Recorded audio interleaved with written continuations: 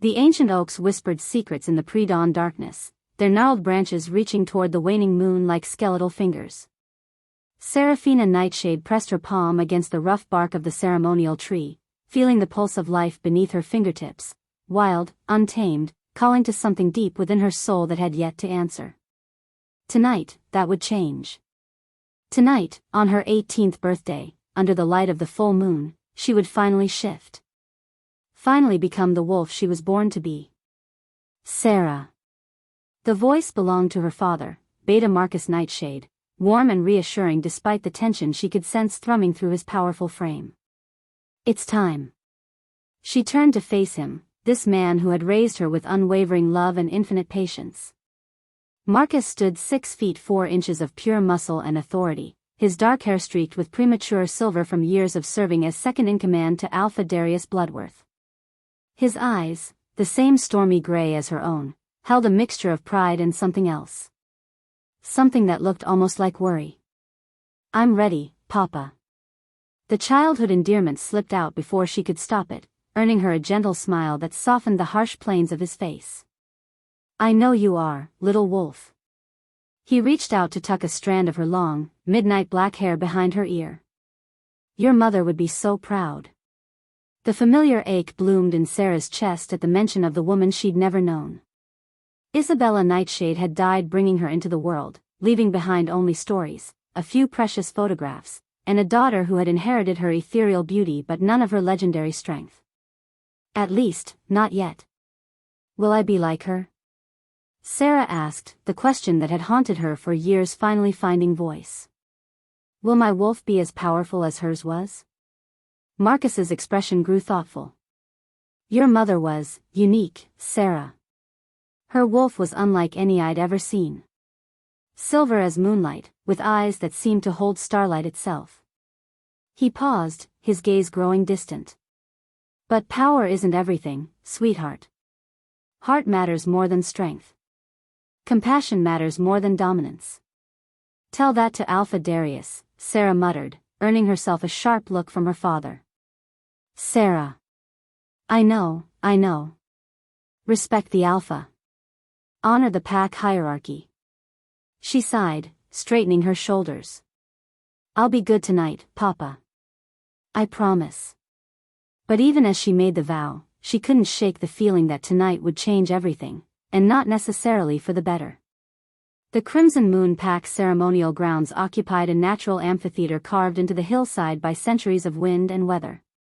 Ancient stone circles marked the sacred space where generations of wolves had undergone their first transformation, and tonight, torches blazed along the perimeter, casting dancing shadows across the assembled pack.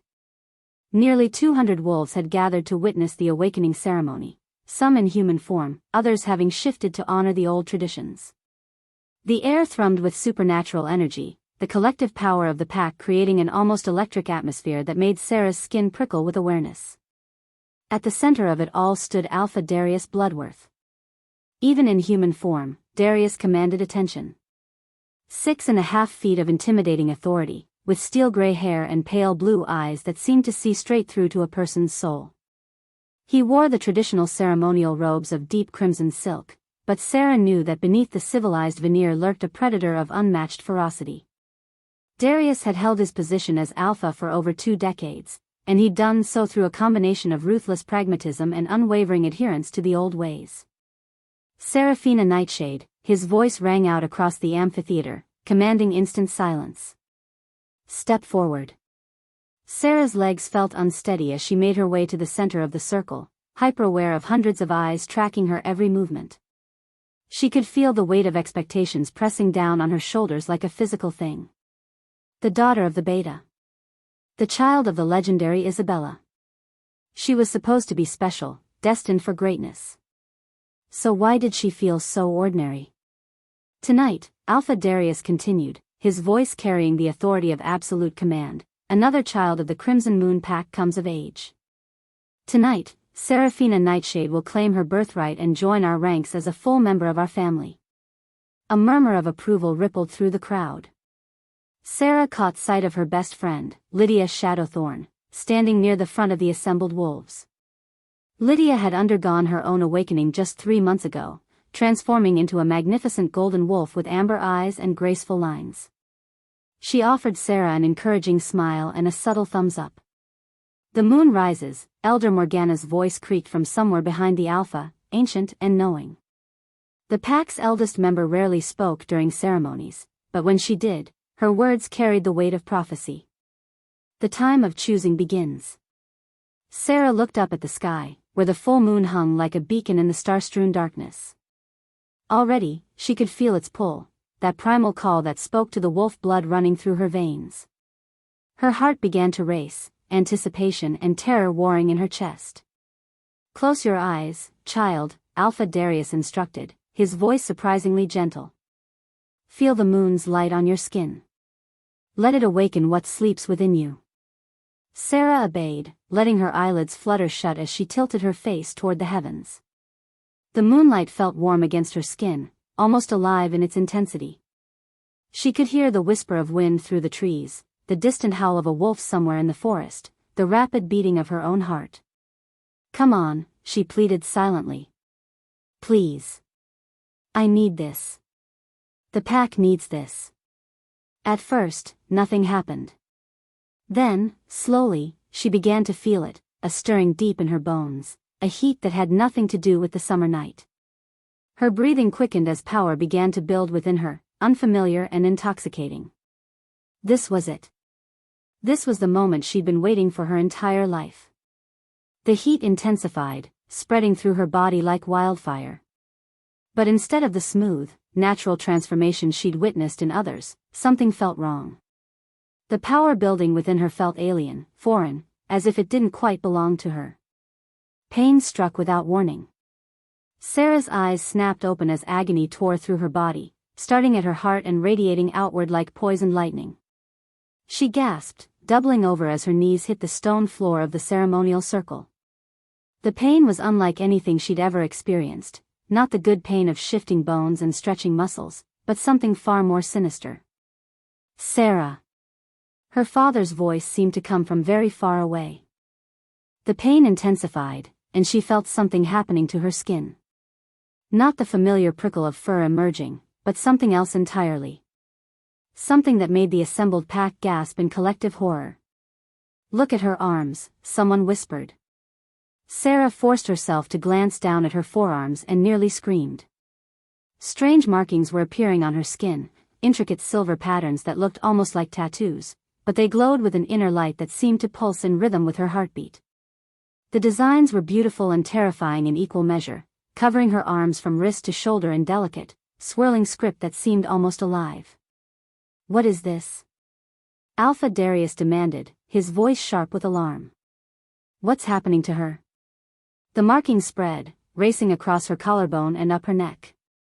Wherever they touched, her skin felt like it was on fire.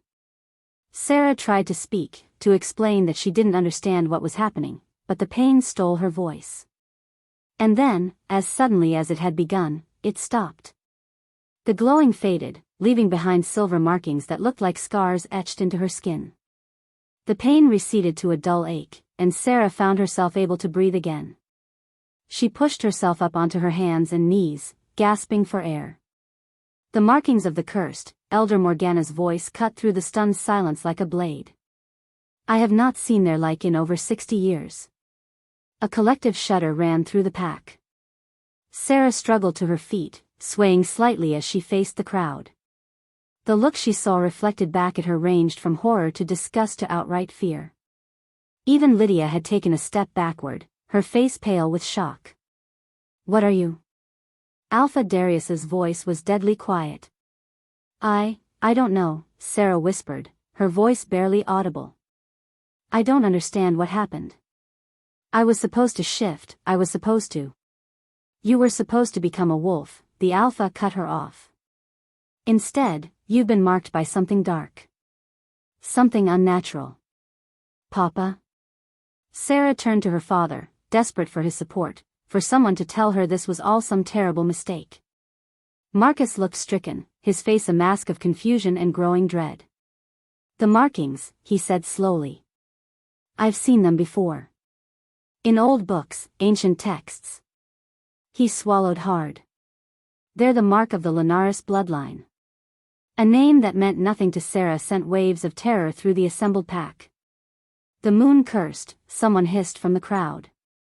She bears the mark of the moon cursed. Impossible, Alpha Darius snarled. That bloodline was destroyed generations ago. Wiped out for the good of all wolfkind. Apparently not, Elder Morgana said, her ancient voice carrying easily across the amphitheater. The old blood runs true. The prophecies spoke of this day. What prophecies? Sera demanded, finding her voice at last. What does this mean? What's happening to me? But no one seemed willing to answer her questions. Instead, the pack began to murmur among themselves, their voices growing louder and more agitated with each passing moment. She's dangerous, someone called out. The marked ones brought nothing but destruction, another voice added. She'll curse us all. Enough. Alpha Darius's roar silenced the crowd instantly. His pale eyes fixed on Sera with cold judgment. Seraphina Nightshade, by the ancient laws of our pack, you are hereby declared cursed. The mark you bear makes you a threat to every wolf in this territory. No, Marcus stepped forward, his voice desperate. Darius, please. She's just a child. She doesn't understand. She is no child of this pack, the Alpha cut him off. Not anymore. The markings have claimed her. She belongs to neither human nor wolf now. Sera felt the world tilting beneath her feet. You can't be serious. This is my home. These are my people. I was born here. You were born cursed, Darius replied coldly. And curses have no place among the Crimson Moon pack. I call for judgment. The voice belonged to Thomas Greystone, one of the pack's senior warriors. Let the pack decide her fate. A formal challenge. Sera's heart sank as she realized what was happening. In the old traditions, when a pack member was accused of being a threat, the entire pack could vote on their fate. It was supposed to be a protection against tyrannical leadership, but in practice, it often became a tool for mob justice. Very well, Alpha Darius said, his voice formal now. Crimson Moon Pack, you have seen the markings. You have heard the evidence. What say you? Does Seraphina Nightshade remain one of us, or is she cast out as a danger to our kind? The vote was swift and brutal. Hands rose throughout the crowd, not in support, but in condemnation. Even wolves she'd known her entire life, people who had bounced her on their knees as a child, voted for her exile. No, she whispered, watching her world crumble around her. Please, no. Only a handful of hands remained down. Her father, of course. Lydia, though Sera could see the fear in her friend's eyes. A few others, but not nearly enough. The pack has spoken, Alpha Darius announced with grim satisfaction. Seraphina Nightshade, you are hereby banished from Crimson Moon territory. You have 1 hour to gather your belongings before you must cross our borders forever. Return, and you will be killed on sight. Darius, please, Marcus tried again. The matter is closed, Marcus. Your daughter is no longer your daughter. She is packless. Cursed. If you continue to plead for her, I'll begin to question your loyalty as well. The threat was clear. Marcus's face crumpled, but he nodded reluctantly. Pack law was absolute, and even a beta couldn't challenge a unanimous vote. I'm sorry, he whispered to Sera, his eyes bright with unshed tears. I'm so sorry, little wolf. But Sera was no longer listening. The shock was wearing off, replaced by a cold numbness that settled into her bones.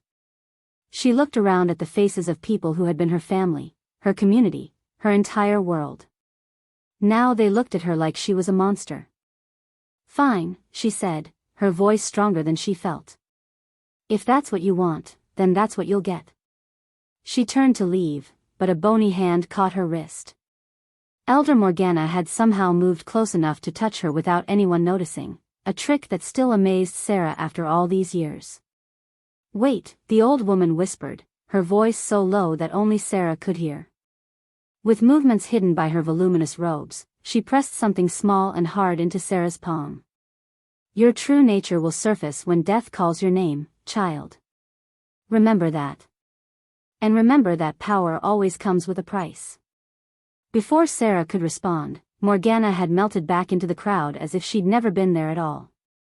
Sera looked down at the object in her palm, a small amulet made of what looked like moonstone, carved with symbols that seemed to shift and move in the torchlight. She closed her fist around it and tucked it into her pocket. 1 hour, Alpha Darius repeated. Then you cross into the Shadowlands and never return. The Shadowlands. Even the name sent chills down Sera's spine. The territory beyond their borders was a place of nightmares, dense forest where rogue wolves roamed freely and things far worse than wolves hunted in the darkness. It was where the pack sent their criminals to die. It was where they were sending her. An hour later, Sera stood at the edge of Crimson Moon territory with nothing but a backpack full of clothes and the mysterious amulet burning like a coal in her pocket. Her father had tried to give her money, weapons, supplies, but Alpha Darius had forbidden it. She was to leave with only what she could carry, nothing more. I love you, Marcus had whispered during their brief goodbye. Never forget that. No matter what happens, no matter how far you go, you are my daughter. Always. Now, as she looked back one last time at the only home she'd ever known, Sera felt something hardening inside her chest.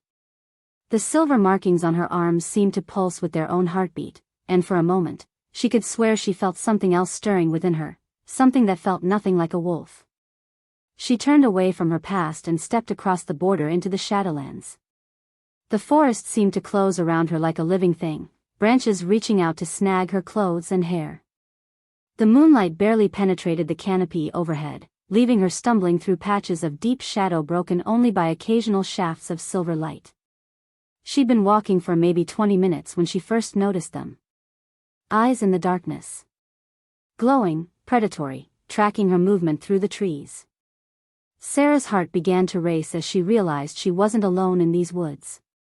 Something was hunting her, multiple somethings, from the number of eyes she could count. They stayed just at the edge of her vision, pacing her, waiting. For what, she didn't want to know. She quickened her pace, branches whipping at her face as she pushed deeper into the forest. Behind her, she could hear the soft pad of feet following, always staying just out of sight but close enough to let her know they were there. The hunt had begun.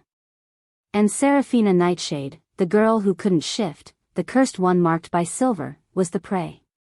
If you are enjoying this video, do well to hit the like button and subscribe to this channel for more videos like this. Chapter 2. 3 weeks. 21 days of hell that had stripped away every illusion Seraphina Nightshade had ever held about her own strength, her own resilience, her own will to survive. She crouched behind a fallen log, her clothes hanging in tatters from her gaunt frame, and tried to remember what it felt like to be full. To be warm. To be safe. The Shadowlands had shown her no mercy. Her stomach cramped with familiar hunger as she forced herself to chew another handful of bitter elderberries, the only food she'd been able to find that didn't make her violently ill. Her lips were stained purple from the fruit, and she knew she looked like some feral creature, hair matted with leaves and dirt, skin scratched and scarred from countless encounters with thorns and branches, eyes hollow from exhaustion and despair. The silver markings on her arms had faded to a dull gray, barely visible beneath the grime and bruises that decorated her skin. Sometimes, in the darkest moments of the night, she wondered if she'd imagined the whole thing. Maybe she'd simply had some kind of breakdown during her awakening ceremony. Maybe the markings had never existed at all. But then she'd touch the moonstone amulet Elder Morgana had given her, and she'd feel that strange warmth pulse against her palm, and she'd know that everything that had happened was terrifyingly real. She'd lost count of how many times she'd nearly died. The rogue wolves that roamed these territories had found her scent within hours of her exile, and only her human form had saved her. Most rogues preferred the hunt and challenge of taking down another wolf, not a helpless human girl. But that protection had its limits, and she'd spent the last 3 weeks running, hiding, and praying to whatever gods might be listening that she'd see another sunrise. The worst part wasn't the hunger or the cold or even the constant fear. The worst part was the loneliness. After 18 years of being surrounded by pack, by family, by the comforting presence of others who shared her blood and her bonds, the isolation was slowly driving her mad. She caught herself talking to trees, to squirrels, to her own reflection in the murky stream water. Anything to break the oppressive silence that pressed down on her like a physical weight. I won't cry, she told herself for the thousandth time, even as tears threatened to spill over. Crying won't change anything. Crying won't bring Papa back. Crying won't make the pack take me home. A branch snapped somewhere behind her. Sera froze, every muscle in her body going rigid with terror. She'd learned to recognize the sounds of the forest, the natural creaks and rustles of wind through leaves, the scurrying of small animals, the distant calls of night birds. This wasn't any of those things. This was the sound of something large moving through the underbrush. Something that didn't care about being heard. She forced herself to breathe slowly, quietly, as she'd been doing for weeks. Sometimes, if she stayed perfectly still and made no sound, whatever was hunting her would lose interest and move on. Sometimes. But not today. Well. What do we have here? The voice was rough, gravelly, with the kind of edge that spoke of violence and cruelty. Sera's blood turned to ice as she recognized what she was hearing, a rogue wolf in human form. And from the sound of rustling and low growls coming from multiple directions, he wasn't alone. She closed her eyes and tried to make herself smaller, pressing against the rotting log as if she could somehow disappear into the wood itself. Her hand found the amulet at her throat, clutching it like a talisman. Please, she prayed silently. Please let them pass by. I can smell you, little rabbit. The voice was closer now, maybe 10 feet away.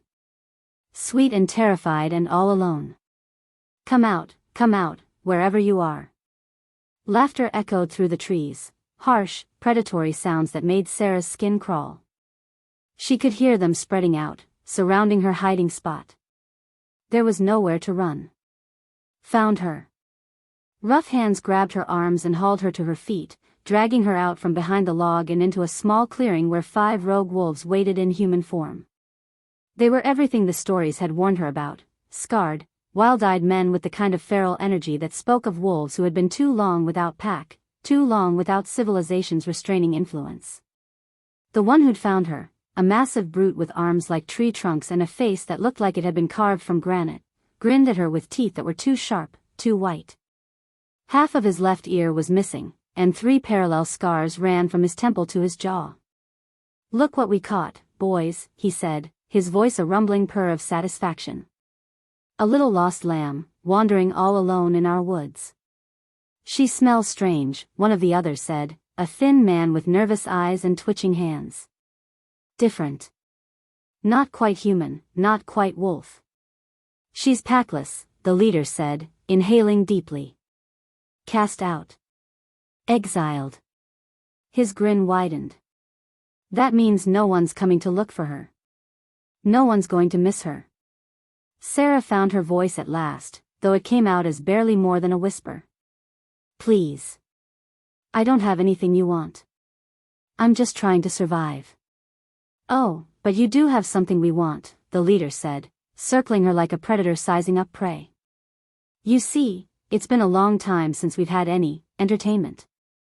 And you, little rabbit, are going to provide us with hours of fun. The way he said it made Sera's stomach lurch with sick understanding. She tried to back away, but there were rogues behind her now, blocking every avenue of escape. My name is Brutus Ironjaw, the leader continued conversationally, as if they were discussing the weather instead of her impending torture and death. And these are my boys. We've been roaming these woods for 5 years now, taking what we want, killing what we don't need. It's a good life, if you're strong enough for it. I won't fight you, Sera said desperately. I can't. I don't even have a wolf. Just make it quick. Please. Brutus threw back his head and laughed. Quick. Oh, sweet little rabbit, where would be the fun in that? We're going to take our time with you. We're going to savor every moment. The other rogues were shifting now, bones cracking and reshaping as they prepared to change into their wolf forms. Sera had seen pack wolves shift hundreds of times, but this was different, uglier, more violent. These weren't the smooth, graceful transformations of wolves who were comfortable in both skins. These were the desperate, painful changes of men who were more beast than human. "Wait," Brutus said, holding up a hand to stop the others. "Let's have some sport first. Give her a head start, boys. Let's see how far she can run before we catch her." He pointed toward the edge of the clearing, where a narrow path led up a steep rocky slope. "Run, little rabbit. Run as fast as you can. We'll give you a 60-second head start, and then the real hunt begins." Sera didn't need to be told twice. She ran. Her bare feet found purchase on the rocky path as adrenaline flooded her system, giving her strength she didn't know she still possessed. Behind her, she could hear Brutus counting down with obvious relish. 58, 57, 56. The path was treacherous, loose stones shifting under her feet with every step. But she didn't dare slow down. She could hear the excitement in the rogues' voices as they prepared for the chase, and she knew that when those 60 seconds were up, they would be coming for her with everything they had. 43, 42, 41. The path curved around a massive boulder, and suddenly Sera could see where she was heading. The rocky slope ended in a sheer cliff face that dropped away into misty darkness below. There was nowhere else to go, the path simply ended at the precipice. She was trapped. 28, 27, 26. Sera pressed her back against the boulder and tried to think. Could she climb down? The cliff face looked impossibly smooth, with no handholds or ledges that might support her weight. Could she jump? Even if the fall didn't kill her, she'd be badly injured, and the rogues would just come down and finish what they'd started. 15, 14, 13. The amulet at her throat was warm again, pulsing against her skin with that strange rhythm that seemed to match her heartbeat. Without really thinking about it, she pulled it out and stared at the carved moonstone. The symbols seemed to be moving, shifting, and changing in ways that defied logic. 8, 7, 6. "Please," she whispered to the amulet, to Elder Morgana's ghost, to whatever force had marked her with silver light. "I don't want to die like this. Not like this." The stone flared with sudden heat, so intense she almost dropped it. For just a moment, the symbols blazed with silver light that seemed to pierce straight through her skull and into her brain.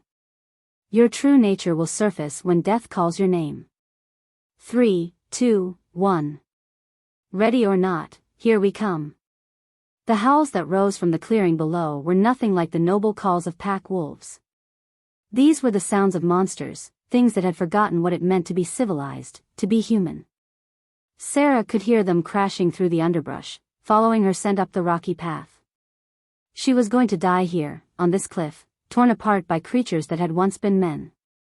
After everything she'd endured, all the hunger and pain and loneliness, it was going to end in blood and screaming. The first rogue appeared around the boulder, the thin, nervous one with twitching hands. He was still in human form, but his eyes held the golden glow of his wolf, and his fingernails had extended into claws. When he saw her trapped against the cliff face, he smiled. "Found you," he said. The others appeared moments later, spreading out to block any possible escape route. Brutus had shifted into his wolf form, a massive, scarred beast with iron-gray fur and yellow eyes that held no trace of sanity. When he opened his mouth, she could see that several of his teeth had been replaced with actual iron fangs. "End of the line, little rabbit," Brutus said, his words distorted by his wolf's throat but still intelligible. "Time to pay for trespassing in our territory." They began to close in, taking their time now that they had her cornered. Sera pressed herself harder against the boulder, her mind racing through possibilities and finding nothing but dead ends. The nervous rogue lunged first. And that was when the shadow fell from the sky. Something massive and black struck the rogue mid-leap, driving him to the ground with bone-crushing force. For a moment, Sera couldn't process what she was seeing. The shape was too large, too powerful to be a wolf. But then it raised its head, and she found herself staring into eyes like molten amber, set in a face that belonged to the largest wolf she had ever seen.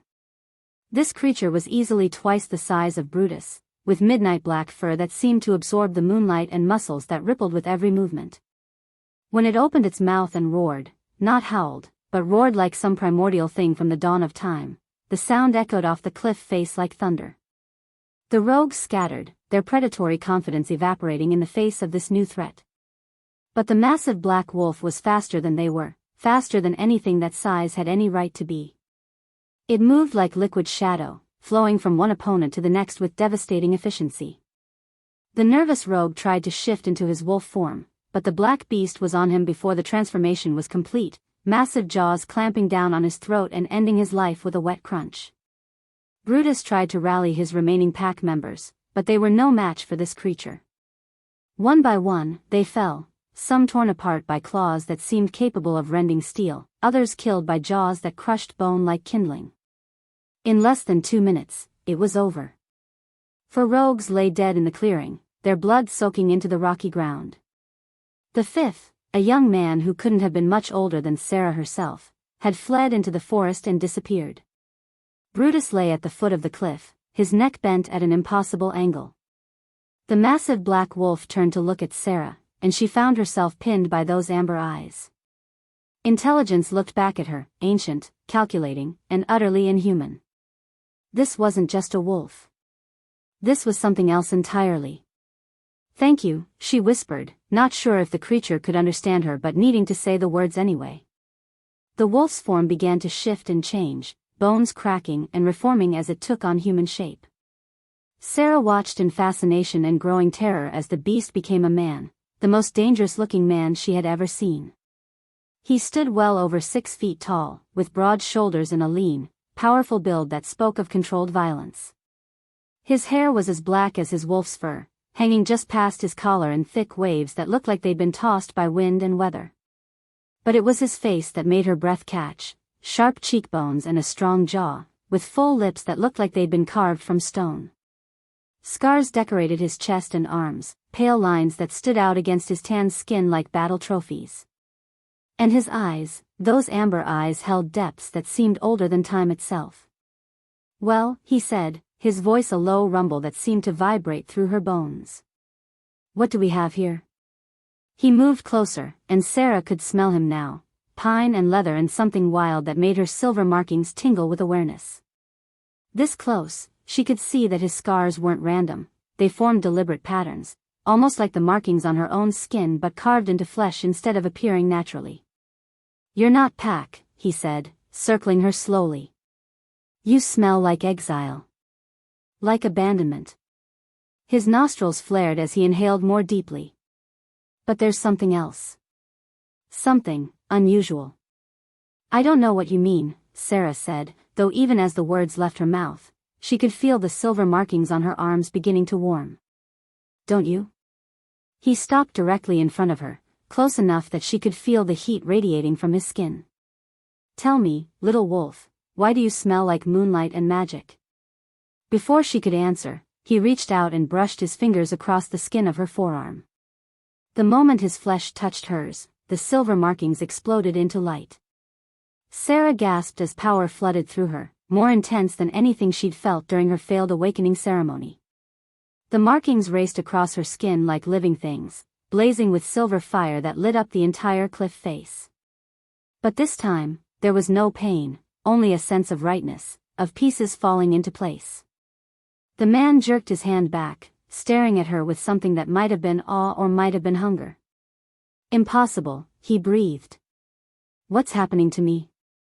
Sera demanded, looking down at her arms where the markings were slowly fading back to their normal dull gray. "You," he said slowly, "are far more interesting than I thought." A smile curved his lips, not friendly, but not entirely threatening either. It was the smile of a predator who had found something unexpected. "You're mine now, little wolf. Whether you like it or not." "I'm nobody's," Sera said, trying to summon defiance she didn't feel. "I don't even know who you are." "No?" He moved closer again, backing her against the boulder. "Allow me to introduce myself. I am Zander Darkthorne, Alpha of the Shadowfang Pack.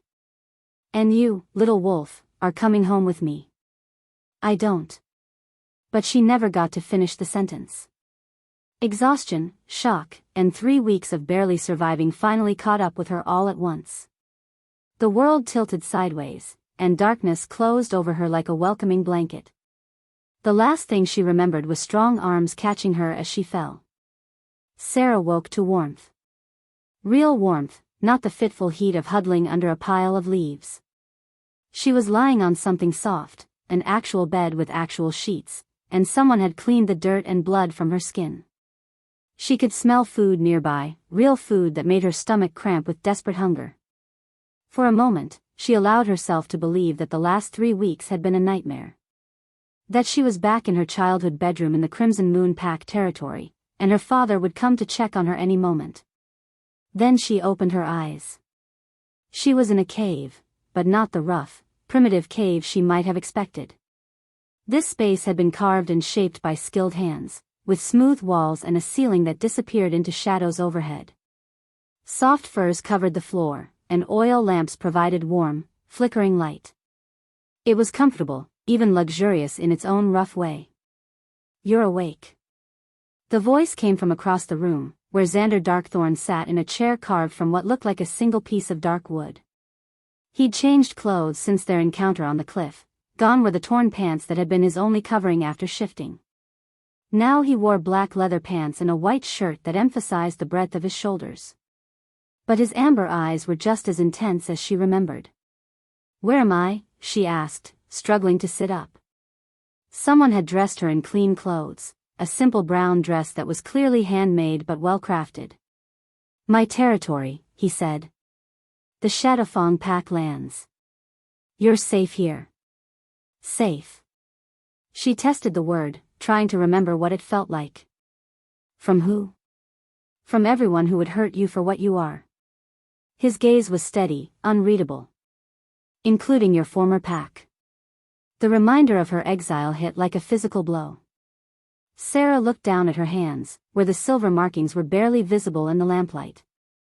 "What am I?" she whispered. "That," Zander said, rising from his chair with fluid grace, "is an excellent question. One I'm hoping you can help me answer."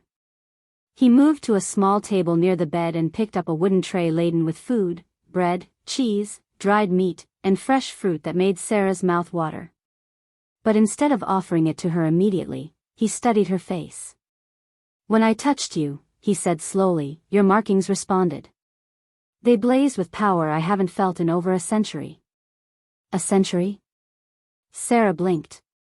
"How old are you?" "Old enough to remember when wolves like you walked freely among our kind. Old enough to know what those markings mean, even if I don't understand why you have them." He set the tray on the bed beside her, close enough that she could smell the bread, warm and yeasty and utterly delicious. But she forced herself to focus on his words rather than her hunger. "Tell me," she said. Zander was quiet for a long moment, as if deciding how much to reveal. Finally, he sat on the edge of the bed, close enough that she could feel the heat of his body. "The silver markings are called the Lunaris mark," he said. "They appear on wolves who carry the bloodline of the first pack, the ancient ones who were said to have learned their magic directly from the moon goddess herself." "Magic," Sera repeated faintly. "Wolves with the Lunaris mark could do things that others couldn't. Heal with a touch. Command lesser creatures. Draw power directly from moonlight itself." His eyes met hers. They were the most powerful wolves who ever lived. Were? They were hunted to extinction 300 years ago. The other packs feared their power, convinced themselves that the marked ones would eventually enslave or destroy all other wolves. So they banded together and wiped out every man, woman, and child who carried the ancient blood. Sera felt sick. "All of them?" "So we thought." Zander reached out slowly, giving her time to pull away if she wanted to. When she didn't, he traced one finger along the faint silver line on her forearm. "Until you." The marking flared to life under his touch, bright enough to cast shadows on the cave walls. Sera gasped at the sensation, not pain, but something far more complex. Power, yes, but also a sense of connection that went deeper than anything she'd ever experienced. How is this possible? She breathed. I don't know, Zander admitted. But I intend to find out. He pulled his hand back, and the markings faded once more. You're not the only one, you know. What do you mean? Instead of answering, he stood and moved to the cave entrance. Come. There are things you need to see. Sera hesitated. She still didn't know if she could trust this man, this alpha who claimed to want to protect her. But what choice did she have? She was alone, powerless, in territory she didn't know. And despite everything, she found herself drawn to him in ways she couldn't explain. She took the bread from the tray and followed him out of the cave. The sight that greeted her stole what little breath she had left. She stood on a ledge carved into the side of a massive stone cliff, looking down into a hidden valley that shouldn't have been able to exist. The space was enormous, easily large enough to hold several normal pack territories, but it was completely enclosed by towering rock walls that rose up on all sides like the walls of some ancient cathedral. And it was full of wolves. Not just any wolves, wolves like her. As she watched, she could see dozens of people moving through the valley below, and many of them bore the telltale shimmer of silver markings on their skin. Some were faint, barely visible, while others blazed with power that she could sense even from this distance.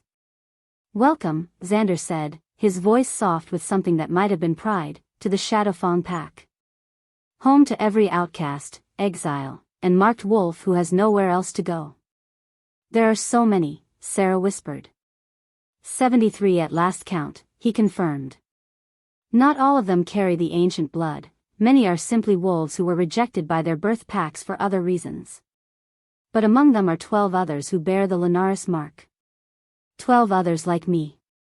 No, Zander said, and when she looked at him, his amber eyes were burning with intensity. Not like you. Their markings are weak, diluted by generations of interbreeding with normal wolves. But yours. He gestured to her arms. Yours are pure. As bright and powerful as anything from the old stories. Before Sera could respond to that, a new voice cut through the air, ancient, female, filled with wonder and tears. Child. Sera turned to see an elderly woman climbing the path toward them, moving with the careful precision of someone whose body was no longer young but whose spirit remained undaunted. She had silver hair that hung in a long braid down her back, and her brown eyes were bright with intelligence and something that looked like recognition. But it was the markings on her arms that made Sera's breath catch. They were faint, so faint they were barely visible, but they were definitely there, the same swirling patterns that decorated Sera's own skin. Luna Ravencrest, Zander said, his voice respectful. I told you she was here. The woman, Luna, reached the ledge and stopped just a few feet away, her eyes never leaving Sera's face. Tears were streaming down her cheeks now, and her hands were shaking. Forgive me, Luna said, her voice cracked with emotion. It's just. I never thought I would live to see this day. See what? Sera asked, though she wasn't sure she wanted to know the answer. Luna stepped closer, her gaze moving to the silver markings on Sera's arms. Even in the dim morning light, they seemed to pulse with their own inner fire. Child, Luna whispered, reaching out to touch Sera's face with gentle fingers. You have the mark of the ancient ones. The true mark, pure and undiluted. She pulled back, her eyes bright with wonder and something that looked almost like worship. You're the key to everything. If you are enjoying this video, do well to hit the like button and subscribe to this channel for more videos like this. Chapter 3. The Shadowlands pack was unlike anything Seraphina had ever imagined. As Luna Ravencrest led her down the winding path into the hidden valley, Sera found herself staring in wonder at a society that defied everything she'd been taught about pack structure and hierarchy. Where the Crimson Moon pack had been rigidly organized, alphas at the top, betas below them, omegas at the bottom, this place seemed to operate on entirely different principles. Traditional pack rules don't apply here, Luna explained, her voice still thick with emotion from their encounter on the ledge. Zander built this place as a refuge for wolves who didn't fit into the old ways. Rogues, exiles, wolves born with abilities that frightened their birth packs, we all have a home here. They passed a training ground where a group of teenagers sparred with wooden weapons under the supervision of a scarred woman with prematurely gray hair. What caught Sera's attention wasn't the training itself, but the fact that several of the participants bore the faint silver markings she was beginning to recognize as signs of ancient blood. "They're not hiding," she said, wonder in her voice. "Here, there's no need to hide," Luna confirmed. "Zander sees our gifts as strengths, not curses." As if summoned by the mention of his name, Zander appeared at Sera's side with the silent grace that seemed to characterize all his movements. He'd changed clothes again, now wearing dark leather that emphasized the predatory elegance of his build. "Luna's giving you the tour, I see," he said, his amber eyes unreadable as they studied Sera's face. "What do you think of our little kingdom?" "It's not what I expected," Sera admitted. "It's more civilized than the stories would have you believe." A smile quirked the corner of Zander's mouth. "What stories?"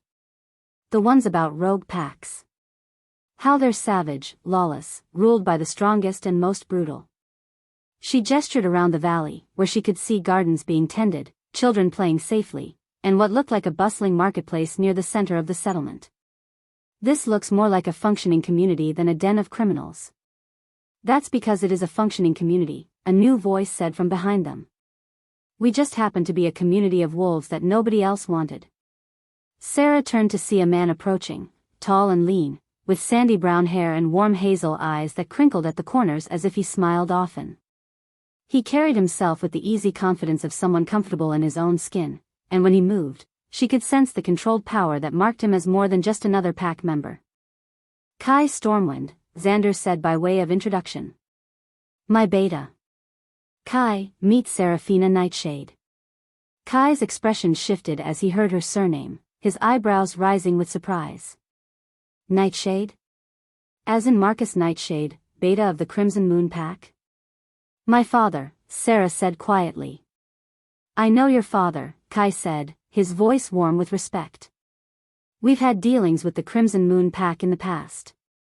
Marcus is a good man, fair, honest, willing to listen when others might reach for their weapons first." His expression grew concerned.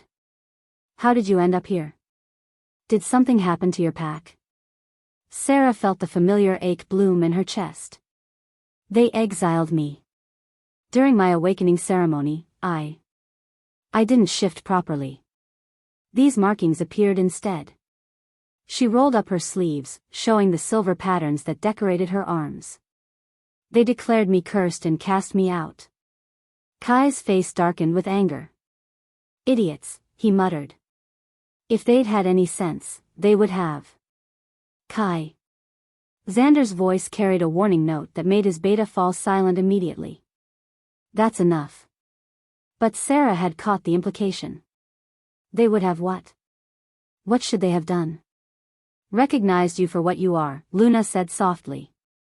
"But fear makes people do terrible things. And the Lunaris bloodline has been feared for a very long time." "Tell me," Sera said, looking between the three of them. "I need to understand what's happening to me." Zander studied her for a long moment, then nodded. "Come. It's time you learned the truth."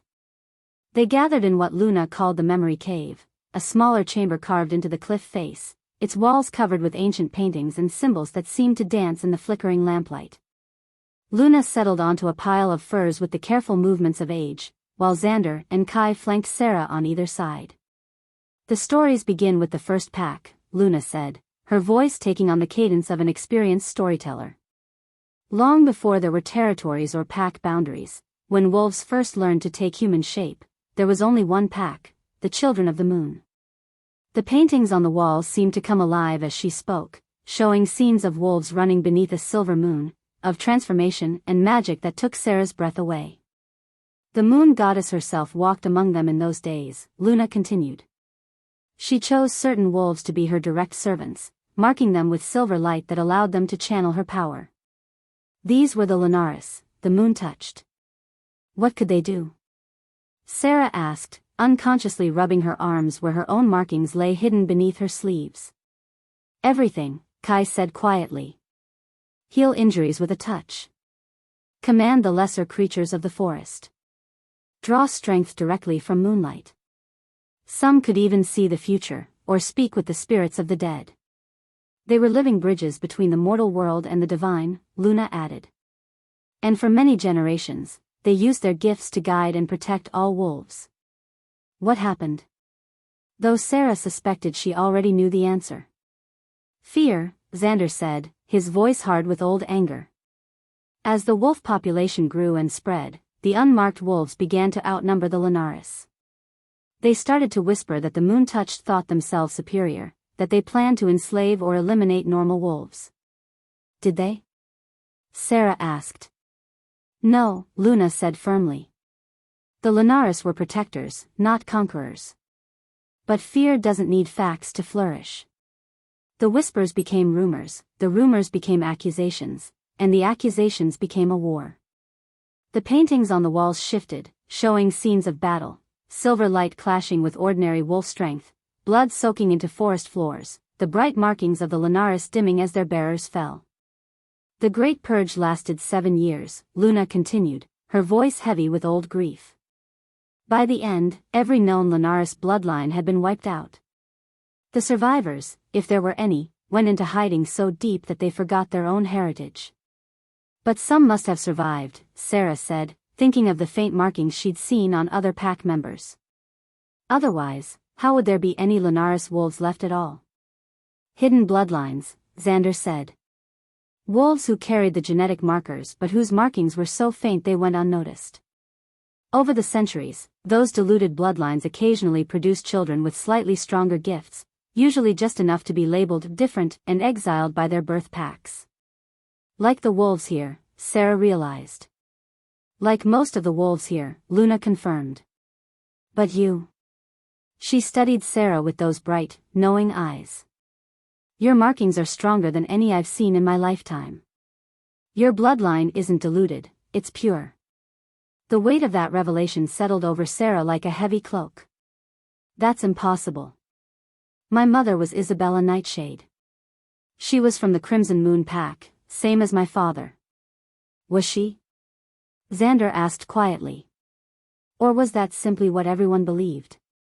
Before Sera could respond to that cryptic question, footsteps echoed from the cave entrance. A woman appeared in the doorway, tall, athletic, with auburn hair pulled back in a severe braid and green eyes that seemed to miss nothing. She wore leather armor that had seen real use, and the way she carried herself spoke of a warrior's training.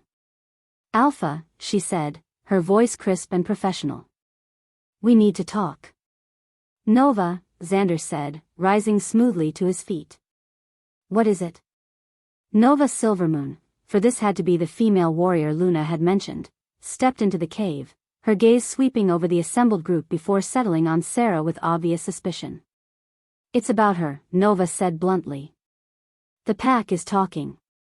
Some of them are concerned. Concerned about what? Sera asked, though she could guess. About whether you're really who you claim to be, Nova replied, her green eyes hard. About whether this is all some elaborate setup by the traditional packs to infiltrate us. Nova, Zander's voice carried a warning. No, let her speak, Sera said, rising to face the other woman. I want to hear what she has to say. Nova studied her for a long moment, then stepped closer. You show up out of nowhere, bearing markings stronger than any we've seen, with a story about being exiled from the Crimson Moon Pack. But here's the thing, exile means death in the Shadowlands. Nobody survives 3 weeks alone out there without help. I had help, Sera said quietly. I had luck. Luck doesn't keep rogue packs from tearing you apart, Nova shot back. Experience does. Training does. Skills you shouldn't have if you're really just some sheltered pack princess who never had to fight for anything. I think that's enough, Kai said, starting to rise, but Sera held up a hand to stop him. She's right to be suspicious, Sera said, surprising them all. If I were in her position, I'd have the same concerns.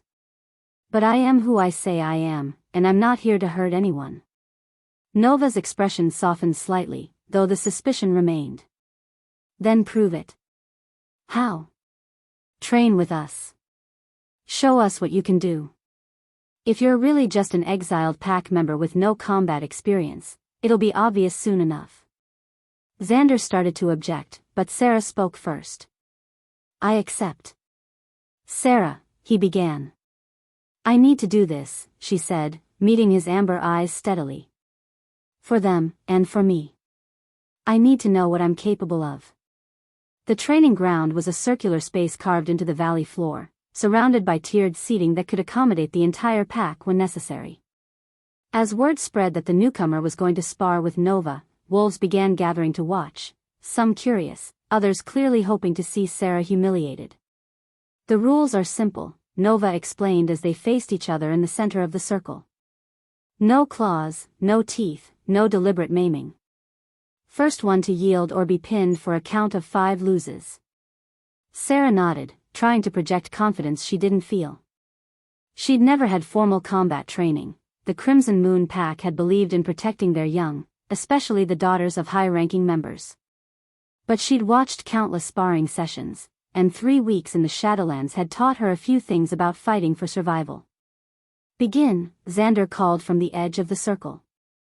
Nova moved like lightning, closing the distance between them in a heartbeat. Her first strike, a quick jab aimed at Sera's solar plexus, should have ended the fight immediately. Instead, Sera found herself moving without conscious thought, twisting aside from the blow and responding with an elbow strike that Nova barely managed to block. The older woman's eyes widened with surprise, but she recovered quickly, launching into a series of attacks that should have overwhelmed any untrained fighter. But Sera wasn't fighting like an untrained fighter. Her body seemed to know what to do, anticipating Nova's moves and responding with techniques she'd never learned. When Nova tried to sweep her legs, Sera leaped over the attack and landed in a crouch that put her in perfect position for a counterattack. When Nova grabbed for her arm, Sera used the momentum to throw the larger woman over her shoulder. The crowd's murmurs grew louder as the fight continued. This wasn't the one-sided beating they'd expected to see. This was a real match between skilled opponents. Where did you learn to fight like that? Nova demanded, breathing hard as they circled each other. I don't know, Sera admitted, and it was the truth. The knowledge seemed to be coming from somewhere deep inside her, as if her body remembered training she'd never received. They clashed again, and this time Sera felt something else stirring, the same power that had flared when Zander touched her markings. The silver patterns on her arms began to warm, and suddenly she could see Nova's next 3 moves as clearly as if they'd already happened. She used that knowledge to devastating effect, flowing around Nova's attacks like water around stone. When the female warrior tried a complex combination that should have been impossible to counter, Sera was already moving, turning the attack against her opponent and sending Nova sprawling. Yield, Sera said quietly, standing over the fallen warrior with her hand positioned for a strike that would have ended the fight if this had been real combat. Nova stared up at her for a moment, then began to laugh. Yield, she said, accepting Sera's offered hand to help her up. Well, I'll be damned. Where the hell did you learn to fight like that? I told you, I don't know. Sera looked around at the crowd, seeing respect where there had been suspicion before. It just felt natural. Natural, Zander said, appearing at her side with that silent grace of his. Or remembered. What do you mean? Instead of answering, he gestured for her to follow him to a quieter corner of the training ground. Your fighting style, he said once they were alone. I've seen it before. Where? In the old texts. The Lunaris had their own martial arts, techniques that combined physical combat with their supernatural abilities. What you just did, it looked exactly like the drawings in the ancient manuscripts.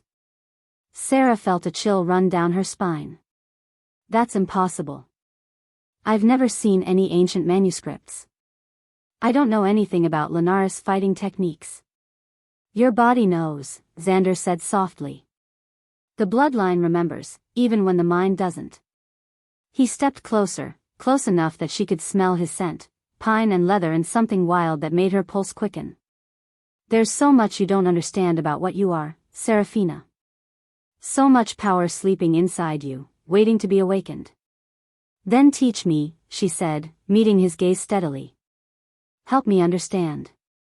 Something flared in those amber eyes, hunger, perhaps, or recognition. It would be my pleasure. Training with Zander was nothing like sparring with Nova. Where the female warrior had been skilled but straightforward, Zander moved like a force of nature. He was faster than anyone had a right to be, stronger than seemed possible, and he fought with a grace that transformed violence into art. Don't think, he instructed as they circled each other in the private training area behind his cave. Let your instincts guide you. Trust what your blood remembers. Easier said than done. Sera found herself overthinking every move, trying to anticipate his attacks instead of simply reacting. The result was a series of quick defeats that left her frustrated and bruised. You're fighting with your head, Zander said after the 5th time he'd put her on her back. The Lunaris fought with their hearts, with their souls. They let the moon's power flow through them and guide their movements. The moon isn't up, Sera pointed out, accepting his hand to help her stand. The moon is always there, he said, his voice taking on the cadence of instruction. You just have to learn to feel it. He moved behind her, his hands settling on her shoulders with a touch that sent fire racing through her veins. Close your eyes, he said, his breath warm against her ear. Feel the silver in your blood. Feel the power that marks you as something more than merely wolf. Sera obeyed, letting her eyelids flutter shut. At first, she felt nothing but Zander's presence behind her, the heat of his body, the steady rhythm of his breathing, the way his hands seemed to burn through the fabric of her shirt. Then, slowly, she began to sense something else. A coolness in her chest, right where her heart beat. A silver light that pulsed in rhythm with her pulse, growing brighter with each breath. That's it, Zander murmured. Now, without opening your eyes, defend yourself. She heard him move, felt the whisper of displaced air as he struck. But instead of trying to see the attack, she let that silver light guide her. Her body moved without conscious direction, turning and blocking in one fluid motion. Good, Zander said, and she could hear the smile in his voice. Again. They moved together in a deadly dance, Zander attacking with increasing speed and complexity while Sera responded with movements that felt both foreign and familiar.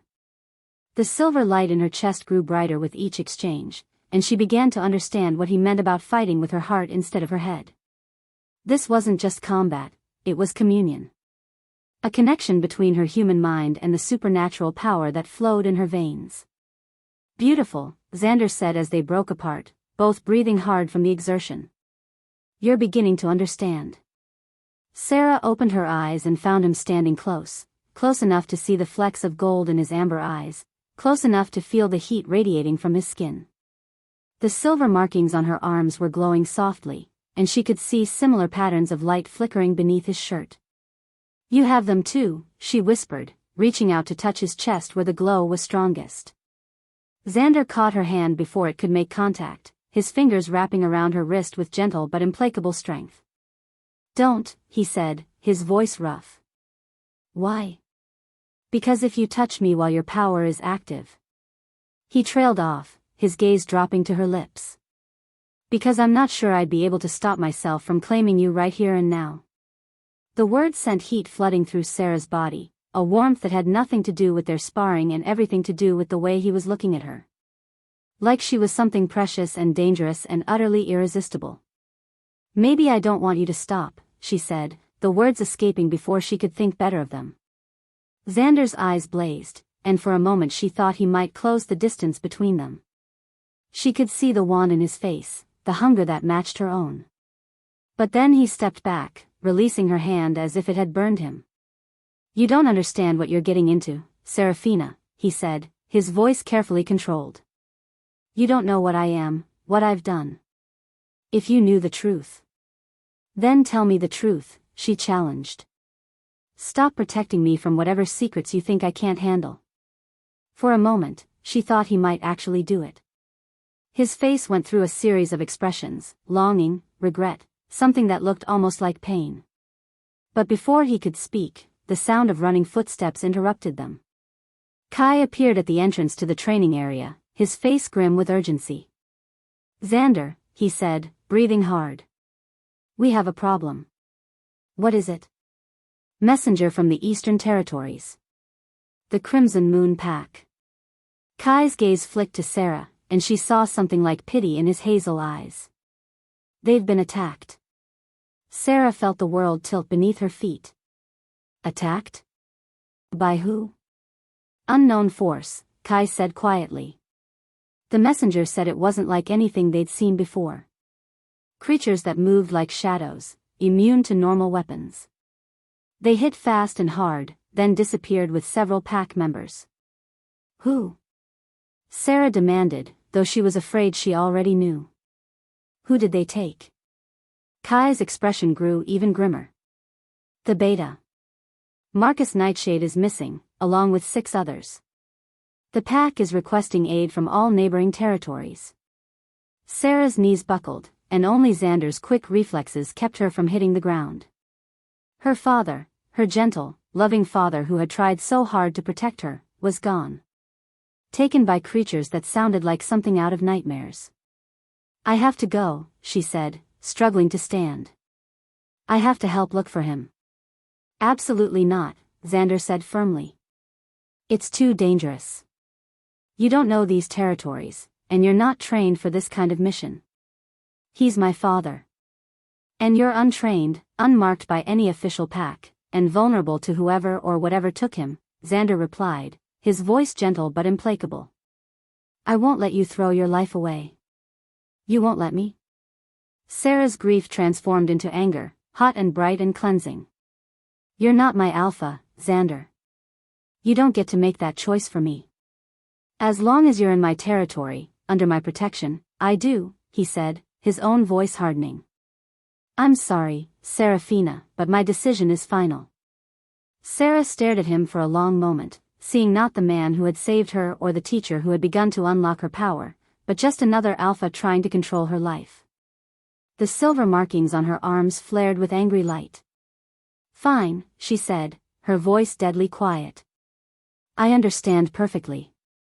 She turned and stalked away, leaving both men staring after her. But her acquiescence was a lie, and they all knew it.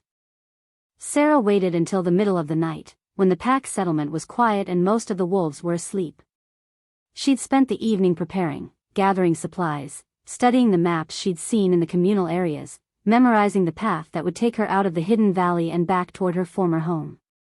She was just slipping out of the guest cave where she'd been staying when she heard voices drifting from the direction of Zander's quarters.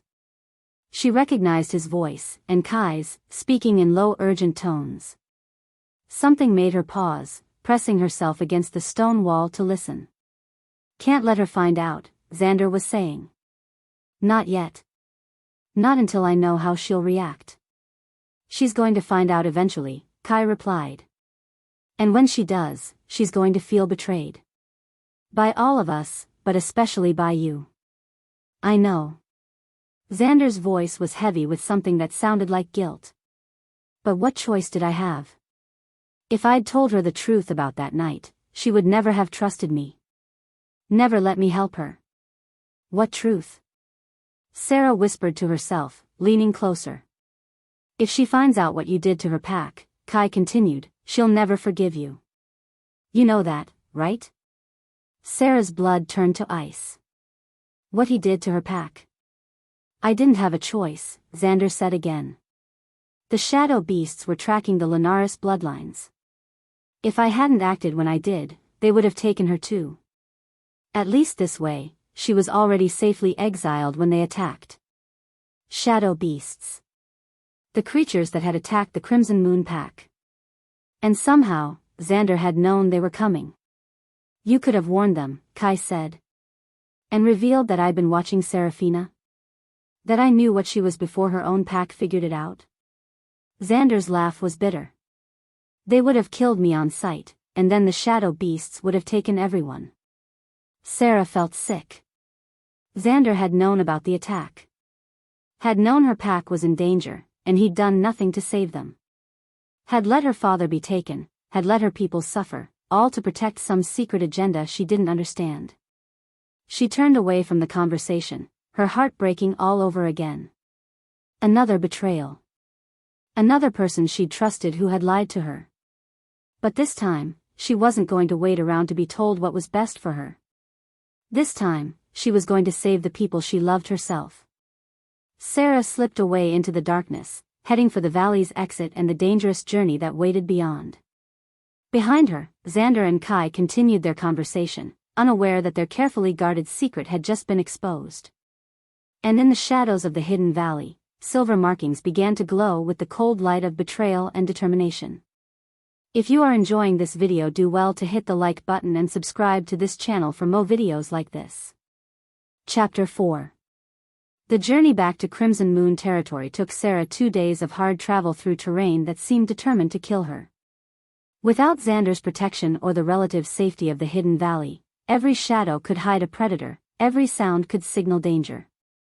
But the silver markings on her arms pulsed with steady light now, as if her anger and determination had awakened something deeper within her bloodline. She'd learned to trust those instincts during her weeks in the Shadowlands, and they served her well now. When a pack of wild dogs caught her scent near a stream, the markings flared bright enough to send the animals fleeing in terror. When she lost the path in a dense grove of thorns, that inner light guided her toward clearer ground. Whatever power flowed in her veins, it was growing stronger. But nothing could have prepared her for what she found when she finally reached the borders of her former home.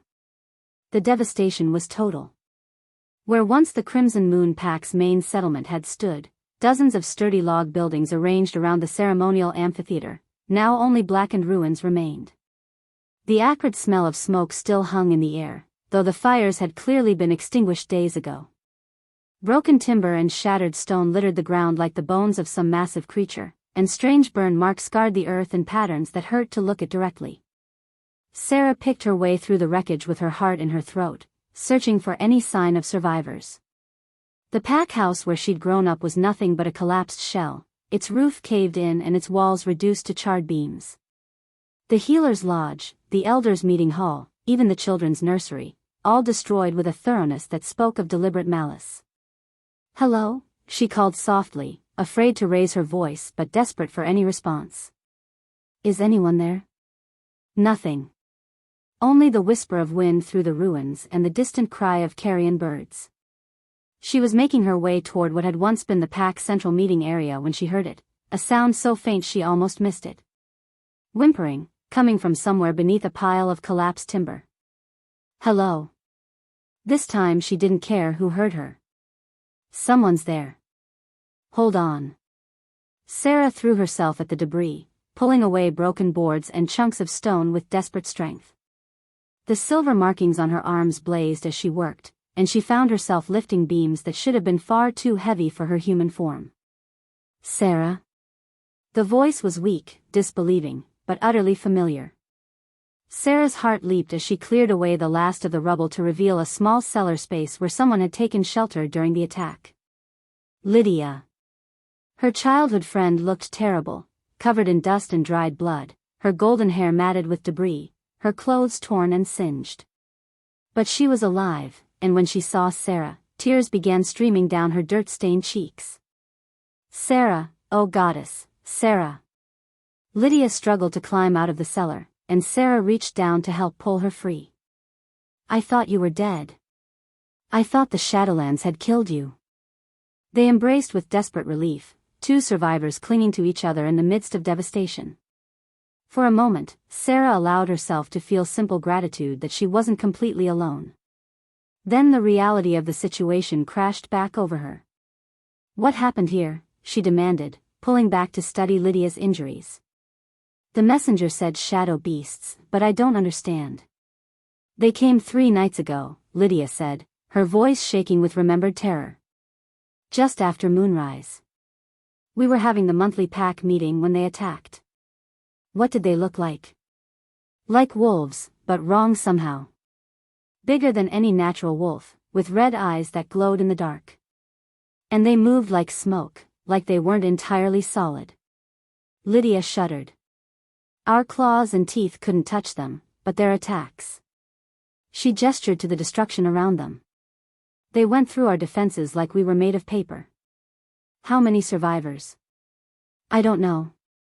Maybe 30 or 40 managed to escape into the forest when the attack started. But they took so many." Lydia's voice broke. Your father, Alpha Darius, Elder Morgana, most of the senior pack members. They grabbed them and just vanished. Sera felt sick. Elder Morgana, who had given her the amulet and whispered cryptic warnings about her destiny. Alpha Darius, who had exiled her but had at least been honest about his reasons. And her father, gentle, loving Marcus, who had never wanted anything but to protect his daughter. Did anyone see which direction they went? North, Lydia said without hesitation. Toward the old ruins in the Thornwood. But Sera, you can't be thinking of going after them. Those creatures are like nothing we've ever faced. They'll kill you. They might try, Sera said grimly, and for just a moment her markings flared bright enough to make Lydia gasp and step backward.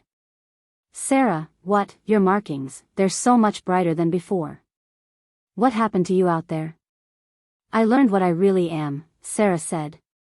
And I learned that there are others like me. Others with the ancient blood. Ancient blood? Lydia looked confused. What are you talking about? Before Sera could answer, a new voice cut through the air, cold, commanding, and all too familiar. Well, well.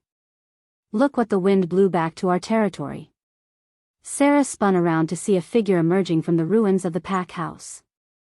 Thomas Greystone, the senior warrior who had called for her banishment, looked like he'd been through hell.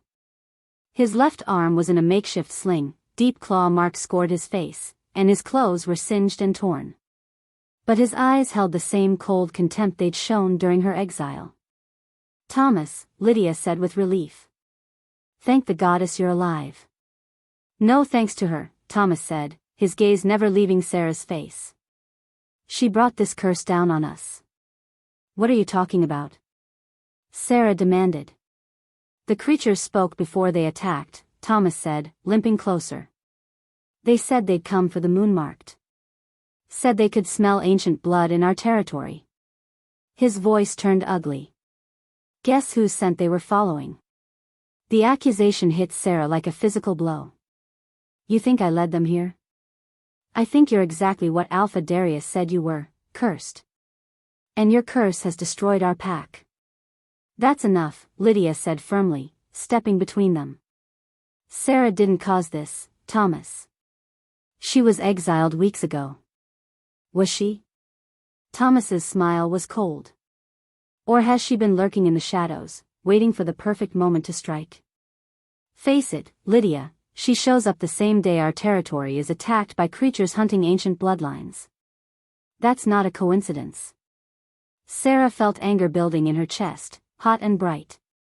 The silver markings on her arms began to glow, and she saw Thomas's eyes widen with alarm. You want to know what I've been doing these past weeks, she said, her voice dangerously quiet. I've been learning the truth about what these markings mean. Learning about the Lunaris bloodline and why wolves like me were hunted to extinction. Lunaris, Thomas breathed, his face going pale. You're one of them. A moon cursed.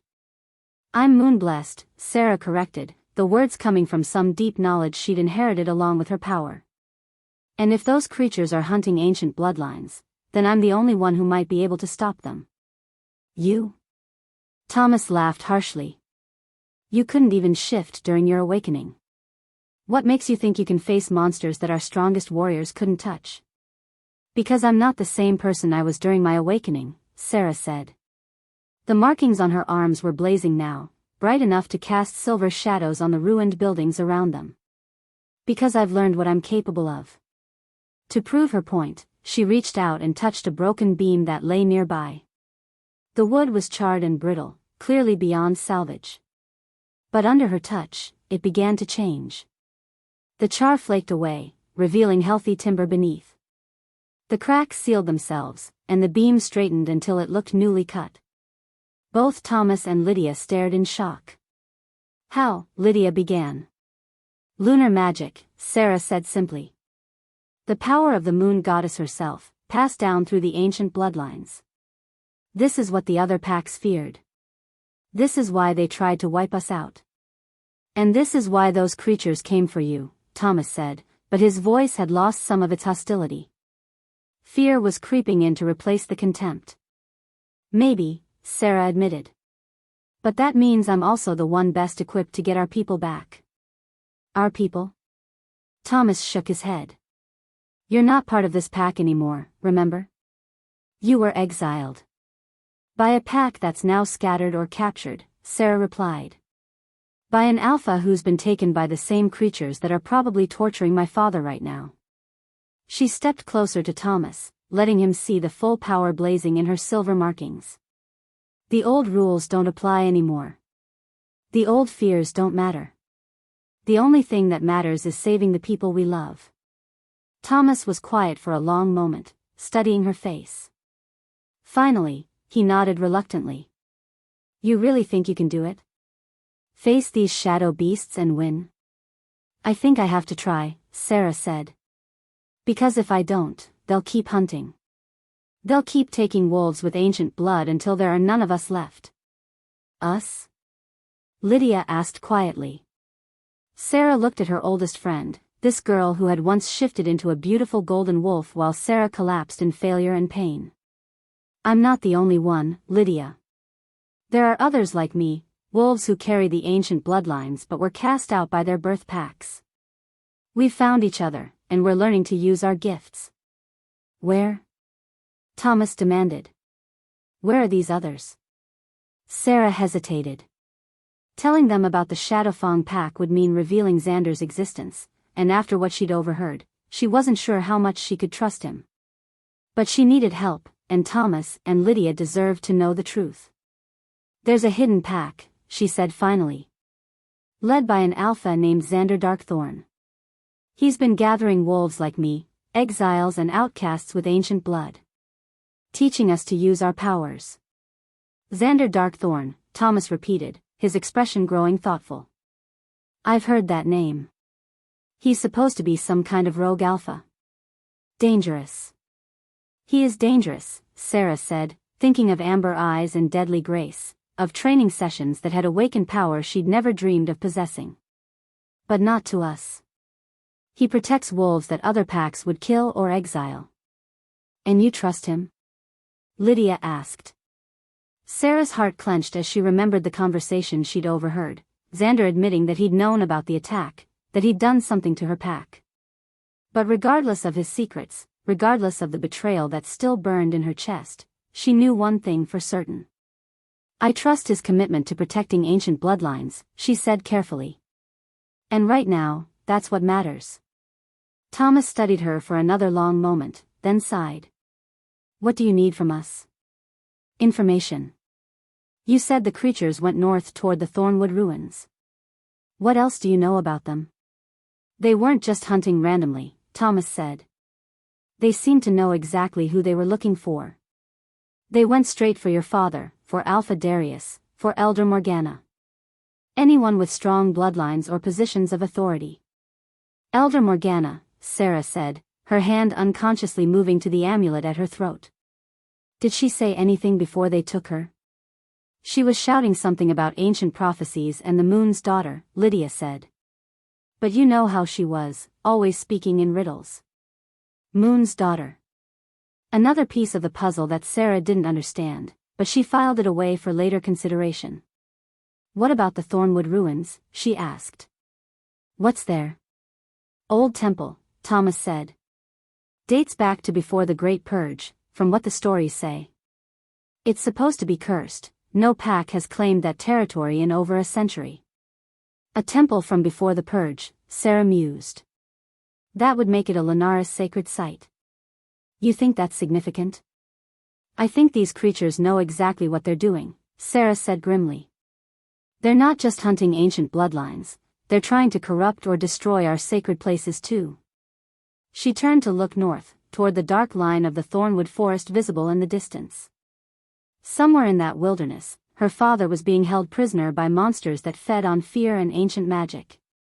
Somewhere in those ruins, the survivors of her pack were probably fighting for their lives. I have to go, she said, starting to turn away. Wait, Lydia called after her. I'm coming with you. Absolutely not, Sera said immediately. It's too dangerous. More dangerous than staying here while shadow beasts roam the territory. Lydia challenged. More dangerous than waiting alone for them to come back. She has a point, Thomas said reluctantly. And if you're really going to try this, you'll need someone who knows the local terrain. I'll need someone who can shift, Sera pointed out. I still can't take wolf form, and if we run into trouble, then you'll do whatever it is you did to that beam, Lydia said firmly. But I'm not letting you face this alone. You're my best friend, Sera. That hasn't changed just because your pack exiled you. Sera felt tears prick her eyes at the simple declaration of loyalty. After weeks of betrayal and abandonment, having someone stand by her side felt like a gift from the goddess herself.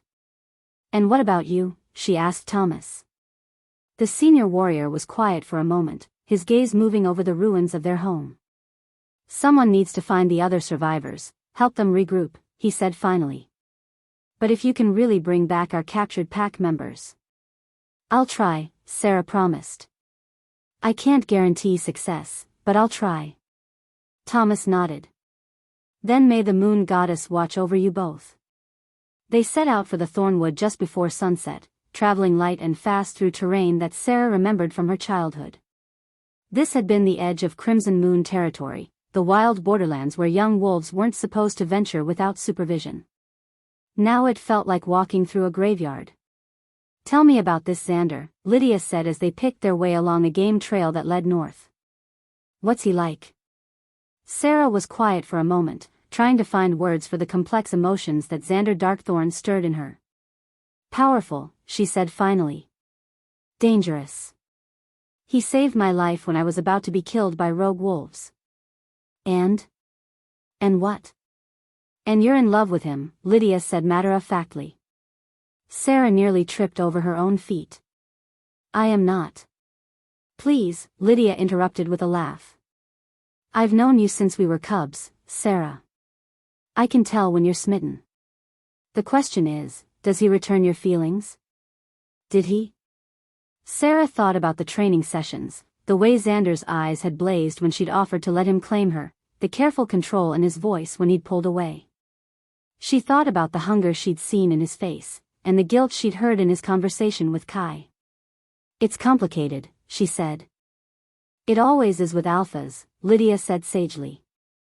They're all control and dominance until they find someone who challenges them. Then they don't know what to do with themselves. How would you know? You've never been involved with an alpha.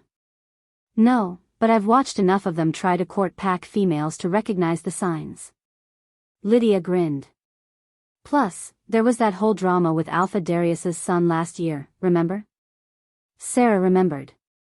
Young Marcus Bloodworth, named after her father, coincidentally, had made a spectacle of himself pursuing Elena Moonshadow until she'd finally told him in front of the entire pack that she'd rather mate with a tree stump.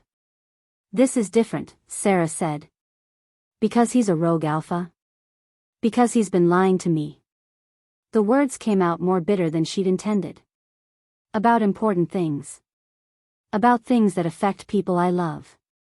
Lydia was quiet for a moment. Want to talk about it? Sera found herself explaining what she'd overheard, Zander's admission that he'd known about the Shadow Beast attack, that he'd done something to her pack rather than warn them. As she spoke, she saw Lydia's expression grow increasingly troubled. That does sound bad, Lydia said when Sera finished. But maybe there's more to the story. Maybe, Sera said. But even if there is, he should have told me. I had a right to know. Yes, Lydia agreed. You did. They traveled in silence for a while, each lost in their own thoughts. The sun was setting behind them, painting the sky in shades of orange and red that reminded Sera uncomfortably of the fires that had consumed her former home. Ahead, the Thornwood loomed like a wall of darkness against the twilight. Sera, Lydia said as they reached the edge of the forest. Before we go in there, there's something I need to tell you. Something in her friend's tone made Sera turn to look at her more carefully. What is it? Your mother, Lydia said quietly. Isabella Nightshade. I don't think she was who everyone believed she was. Sera's heart stopped. What do you mean? I was helping my grandmother clean out her old journals last month, and I found some entries from around the time you were born. She wrote about a woman who came to the pack claiming to be a refugee from a destroyed territory. Beautiful, powerful, but secretive about her past. That could describe a lot of refugees, Sera said, but her voice sounded hollow even to her own ears. Maybe. But grandmother also wrote about the woman's strange abilities. How she could heal with a touch, how animals obeyed her commands, how she seemed to glow with silver light when the moon was full. Lydia met Sera's eyes. Sound familiar? Sera's hand went to the markings on her arms, which were pulsing with faint light even now. She was Lunaris. I think so. And I think she chose your father specifically because he was kind enough to protect a refugee, strong enough to defend her if necessary, and honorable enough not to ask too many questions about her past. Why didn't you tell me this before? Because I wasn't sure, and because... Lydia hesitated. Because I was afraid. If you really are pure Lunaris bloodline, if you're as powerful as the old stories claim, then you're both our greatest hope and our greatest danger. Danger to who? To the balance between the packs. To the established order. Lydia's voice was gentle but serious. The marked ones weren't hunted to extinction because they were evil, Sera. They were hunted because they were too powerful. Because normal wolves feared they would eventually rule over everyone else. I don't want to rule anyone, Sera said. I know you don't. But power has a way of changing people, especially when they're angry or afraid. Lydia gestured toward the dark forest ahead of them. And right now, you're both. Sera couldn't deny the truth of that. The anger at Zander's betrayal, the fear for her father's safety, the grief over her destroyed pack, all of it was feeding the power that flowed through her veins, making the silver markings burn brighter with each passing hour. What are you saying? She asked. I'm saying be careful in there. Don't let the power consume you. Don't become the monster that the old packs feared. Sera nodded, understanding the warning even as she hoped she'd never need to heed it. I'll be careful. Good. Lydia shifted into her wolf form with the fluid grace that Sera still envied. Now let's go save our people. They entered the thornwood together, woman and wolf, walking into darkness that seemed to swallow the moonlight itself. Behind them, the ruins of the Crimson Moon Pack stood as testament to the cost of hiding from ancient powers too long.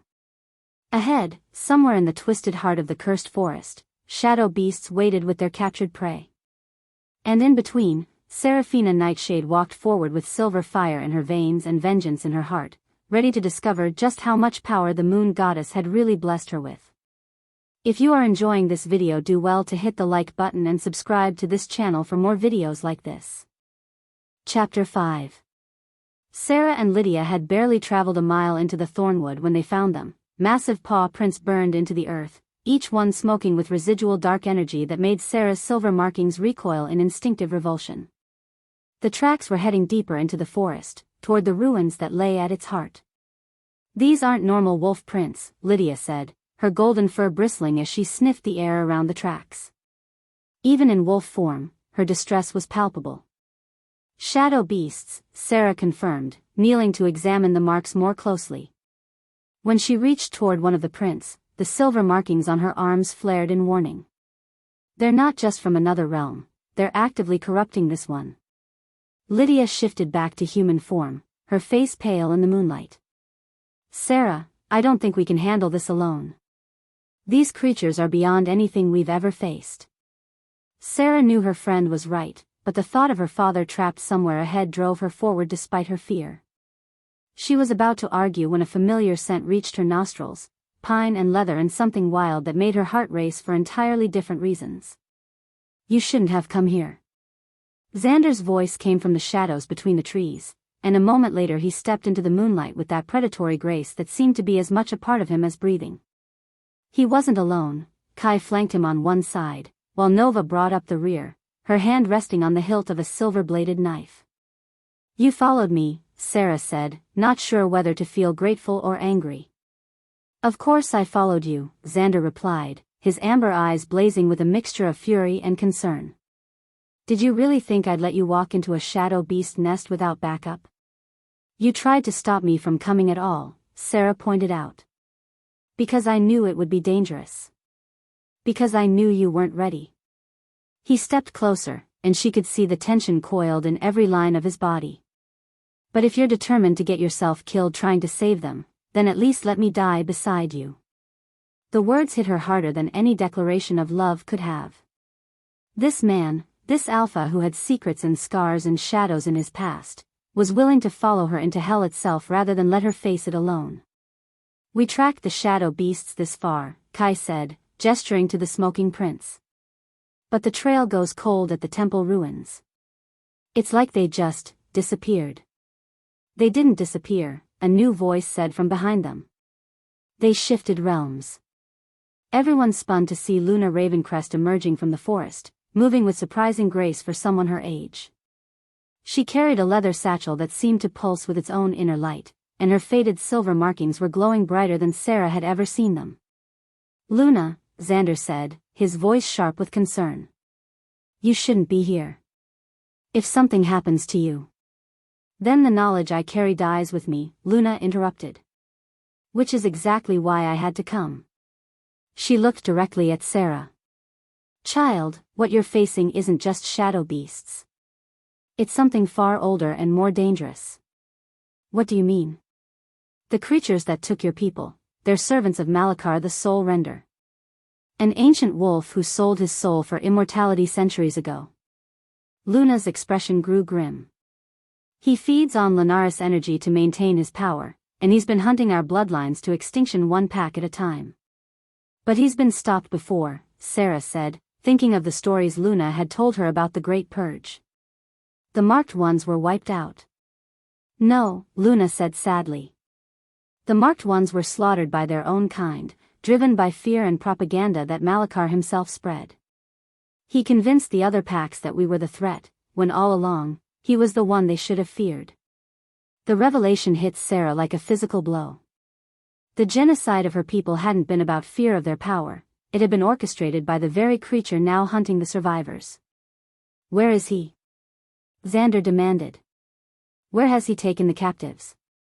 The Void Realm, Luna said. A place between life and death, where nightmares take physical form and time moves according to the will of whoever controls it. Malakar has built his stronghold there, beyond the reach of normal wolves. Then how do we get there? Sera asked. Luna was quiet for a long moment, her ancient eyes studying Sera's face. There is a way. But it requires a blood bond between two wolves of extraordinary power. The ritual is dangerous, and the bond it creates. She shook her head. It cannot be undone. Ever. What kind of bond? Kai asked suspiciously. Soul deep, Luna said simply. Every emotion, every thought, every strength and weakness shared between the two participants. They become two halves of the same being, connected across any distance, any realm. Sera felt her cheeks burn as she realized what Luna was suggesting. A mating bond. But not just any mating bond, the kind of permanent, unbreakable connection that legends were made of. Absolutely not, Zander said immediately. I won't put Sera through that. There has to be another way. There isn't, Luna said firmly. And even if there were, we don't have time to find it. Malakar is draining the captives' life force as we speak. Every hour we delay means more of them die. It's my choice, Sera said quietly, cutting through the argument. My father, my decision. Sera, Zander began. No. She turned to face him fully, letting him see the determination in her eyes. You want to know why I don't trust you? Because you've been making decisions for me since the moment we met. Deciding what I could handle, what I needed to know, who I was allowed to save. Her voice grew stronger. Well, this time the choice is mine. And I choose to save my father. Zander stared at her for a long moment, and she could see the war playing out behind his amber eyes. Finally, he nodded. Then we do this together. The ritual must be performed under the full moon, Luna said, glancing up at the silver orb hanging overhead. We have perhaps an hour before it sets. Are you both certain about this? Sera looked at Zander, this man who had saved her life and awakened her power and broken her trust all in the span of weeks. Despite everything, despite the secrets and the lies and the betrayal she still felt burning in her chest, she knew one thing for certain, she needed him for this. "I'm certain," she said. "As am I," Zander replied, though his voice was rough with emotion. Luna nodded and began unpacking her satchel, revealing an array of silver implements that gleamed in the moonlight. "Then we begin." The blood bond ritual was unlike anything Sera had imagined. Luna had drawn intricate circles in the earth using a mixture of crushed moonstone and her own blood, creating patterns that seemed to shift and move when viewed directly. At the center of the largest circle, she'd placed a silver bowl filled with water that reflected the moon's light like liquid starlight. "This is your last chance to change your minds," Luna warned as she prepared the ceremonial knife. "Once the bond is forged, it cannot be broken. You will be connected for the rest of your lives, however long or short they may be." Sera looked at Zander, who stood across from her in the circle. He'd removed his shirt for the ritual, and she could see the scars that decorated his chest and arms, some from battle, others that looked disturbingly like ritual markings. "Before we do this," she said, needing to clear the air between them, "I want the truth. All of it." Zander was quiet for a moment, then nodded. "You deserve that much. Tell me about the night my pack was attacked. Tell me what you really did." Pain flickered across his features. "I'd been tracking Malakar's servants for months, following reports of missing wolves with ancient bloodlines. The trail led me to your territory just as your awakening ceremony was beginning. You were there," Sera realized. "In the forest. I felt eyes watching me. I wanted to see if the reports were true, if there really was a pure Lunaris bloodline still in existence." His voice grew heavy with regret. "I never intended for you to be exiled. I thought your pack would recognize what you were, would protect you. But they didn't. No. And by the time I realized how badly things had gone wrong, you were already in the Shadowlands." Zander's hands clenched into fists. "I tracked the shadow beasts to your territory 2 weeks later, hoping to stop them from taking anyone. But I was too late. They'd already struck." "You were seen during the attack," Sera said, remembering Thomas's accusations. "I arrived just as they were disappearing with their captives. I tried to follow, to stop them, but they vanished into the void before I could act." His amber eyes met hers. "Some of your pack members saw me there and assumed I was working with the creatures. I didn't bother to correct them." "Why not?" "Because I was ashamed," Zander said simply. "Because if I'd acted sooner, if I'd warned your pack about the threat instead of just observing, maybe none of this would have happened." The honesty in his voice, the pain she could see etched in every line of his face, went a long way towards soothing the anger Sera had been carrying. He hadn't betrayed her pack, he'd failed to save them. There was a difference, and she was beginning to understand it. "Why didn't you tell me this before?" she asked. "Because I was a coward," Zander admitted. "Because I knew that if you learned the truth, you'd see me for what I really am, someone who let your people suffer because of my own indecision." "And what do you think I see now?" Zander was quiet for a long moment. "Someone who tried to do the right thing and failed. Someone who doesn't deserve your forgiveness but hopes for it anyway." Sera studied his face, seeing the vulnerability he was showing her, the walls he'd lowered to reveal the man beneath the Alpha's mask. "You're right," she said. "You should have told me sooner. But I understand why you didn't." Hope flared in his eyes. "Does that mean?" "It means we're about to be bonded for life, so we'd better learn to trust each other," Sera said. "Starting now." Luna cleared her throat meaningfully.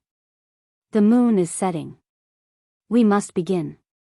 Sera and Zander moved to stand on opposite sides of the silver bowl, their hands extended toward Luna who waited with the ceremonial knife.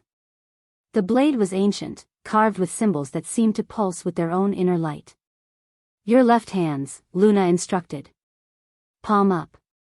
The knife was sharp enough that Sera barely felt the cut, but the blood that welled up from the shallow slice glowed with silver light. Zander's blood was darker, touched with gold that spoke of his own supernatural heritage.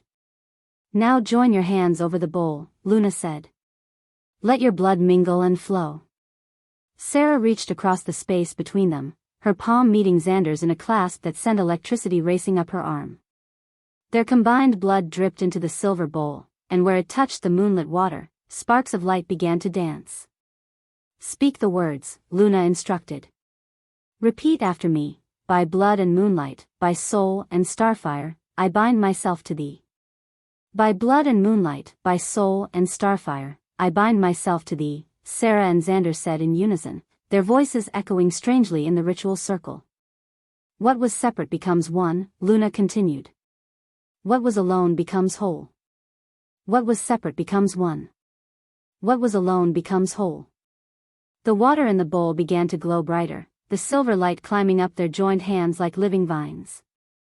Sera felt power flooding through her, not just her own Lunaris abilities, but something else, something wild and untamed that could only be coming from Zander.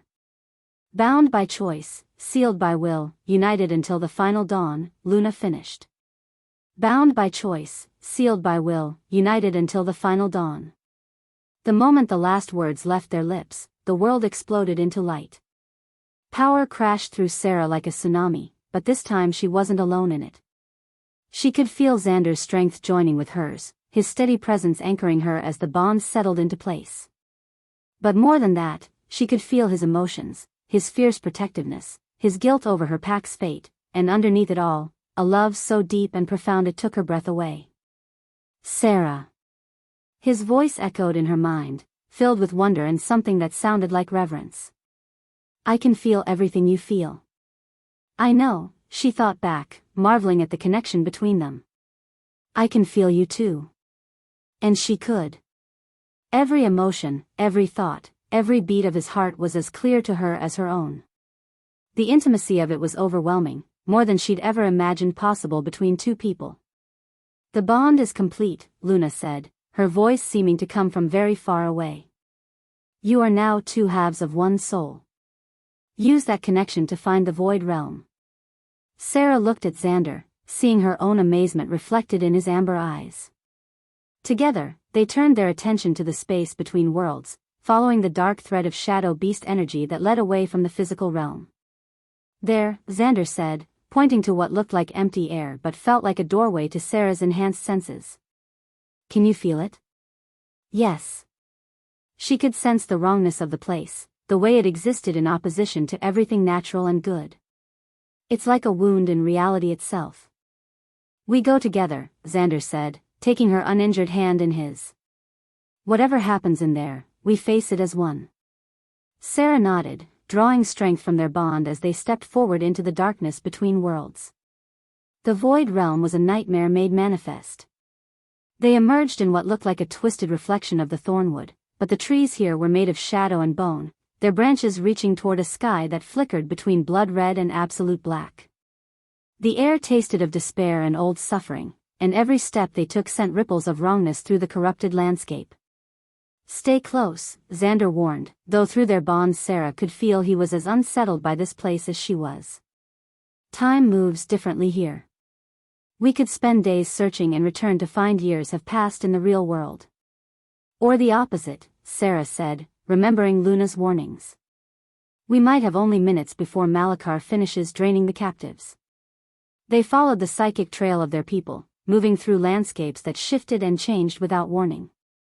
One moment they were walking through a forest of thorns, the next across a desert of ground glass. But always, the sense of their pack members' presence drew them forward. There, Sera said suddenly, pointing to a structure that had materialized in the distance. I can feel them. The fortress was a thing of nightmares, black stone twisted into impossible angles, towers that seemed to pierce through multiple dimensions, walls that writhed with captured souls. At its heart, Sera could sense the presence of the captured wolves, their life force being slowly drained away. The crystal prisons, Zander said, his voice tight with anger as he shared her vision through their bond. They're trapped like insects in amber. Then we get them out, Sera said grimly, letting her silver markings flare with power. They approached the fortress carefully, but their caution proved unnecessary. The massive gates stood open, as if they were expected. It's a trap, Zander said. Of course it's a trap, Sera replied. But we're going in anyway. The interior of the fortress was even worse than the outside. Corridors that led in impossible directions, stairs that climbed down while seeming to go up, walls decorated with the preserved faces of every Lunaris wolf who had ever died screaming. But through it all, Sera could feel the pull of her people's life force, drawing her toward the heart of the structure. They found the captives in a vast chamber at the fortress's center, dozens of crystal prisons suspended from the ceiling like grotesque chandeliers. Inside each one, Sera could see a member of her former pack, their bodies glowing with the silver light that was being slowly siphoned away. Her father hung in the largest crystal, his face peaceful but pale, his strong frame diminished by the energy drain. Near him, she could see Alpha Darius, Elder Morgana, and others she'd known her entire life. Papa, she whispered, reaching toward his prison. I wouldn't do that, if I were you. The voice came from everywhere and nowhere, echoing through the chamber with the weight of centuries. Slowly, a figure materialized from the shadows, tall, elegant, wearing the face of a wolf but radiating an aura of wrongness that made Sera's skin crawl. Malakar the Soul Render. He was beautiful in the way that poisonous things could be beautiful, perfect features marred by eyes that held no warmth, no humanity, nothing but an endless hunger for power.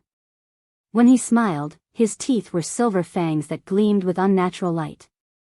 The silver moon comes to me at last, he said, his voice like silk over steel.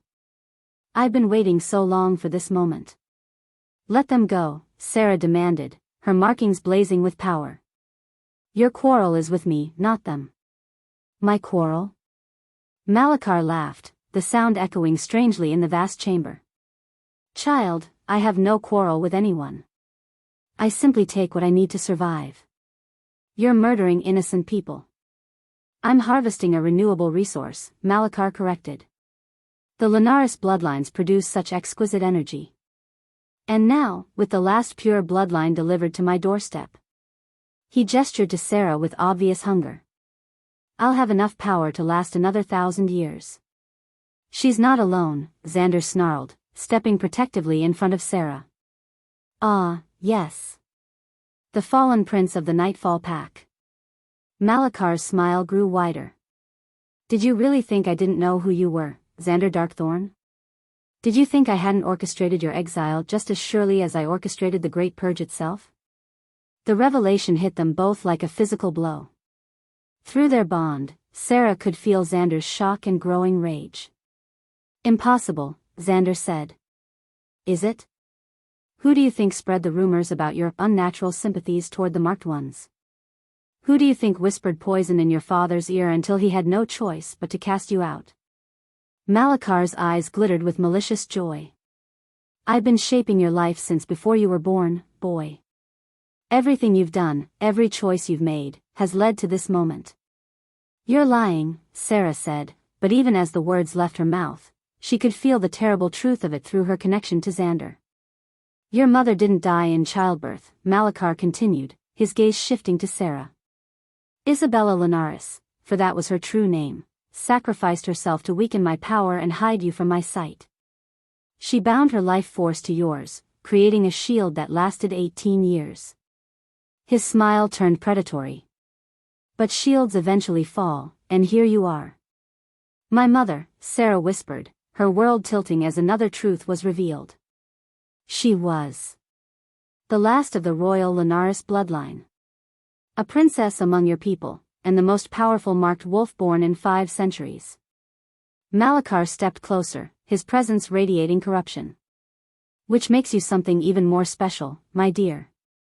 You are the silver moon of prophecy, the wolf who will either restore the ancient bloodlines to power or see them destroyed forever. I'll never help you, Sera said, but even as she spoke, she could feel the dark power calling to her, offering strength beyond imagination in exchange for embracing her heritage's shadow side. Won't you? Malakar gestured, and one of the crystal prisons cracked ominously. Let me make this simple for you, Silver Moon. Join me willingly, and I'll release your precious wolves unharmed. Refuse, and I'll drain them one by one while you watch. To prove his point, he shattered one of the smaller crystals with a gesture. The young wolf inside, barely more than a teenager, screamed as his life force was torn away, his body crumbling to ash in seconds. No. Sera lunged forward, but Malakar raised his hand and she found herself frozen in place by invisible bonds. Choose, the soul render said, his voice filled with dark satisfaction. Save the rest, or watch them all die while you decide whether to embrace your dark heritage. But choose quickly, I grow impatient, and your father looks so very fragile in his crystal cage. If you are enjoying this video, do well to hit the like button and subscribe to this channel for more videos like this. Chapter 6. The choice hung in the air like a blade poised to fall. Sera stared at the shattered remains of the young wolf's crystal prison, her heart breaking as ash drifted to the floor of Malakar's twisted fortress. Through the blood bond, she could feel Zander's rage burning like a wildfire, his desperate need to protect her warring with his inability to break free from the invisible bonds that held them both. Tick, tock, silver moon, Malakar said with mock sympathy, circling them like a predator toying with wounded prey. Your father looks so pale. I wonder how much longer his mortal frame can withstand the energy drain. Sera's gaze snapped to Marcus's crystal prison, and her heart clenched as she saw the truth in Malakar's words. Her father's strong form had grown gaunt, his skin taking on a translucent quality that spoke of a life force stretched dangerously thin. Around him, the other captives showed similar signs of depletion, some worse than others, but all clearly dying by degrees. Don't do it, Zander's voice echoed in her mind through their bond. There has to be another way. But even as he projected determination and defiance, Sera could feel his underlying desperation.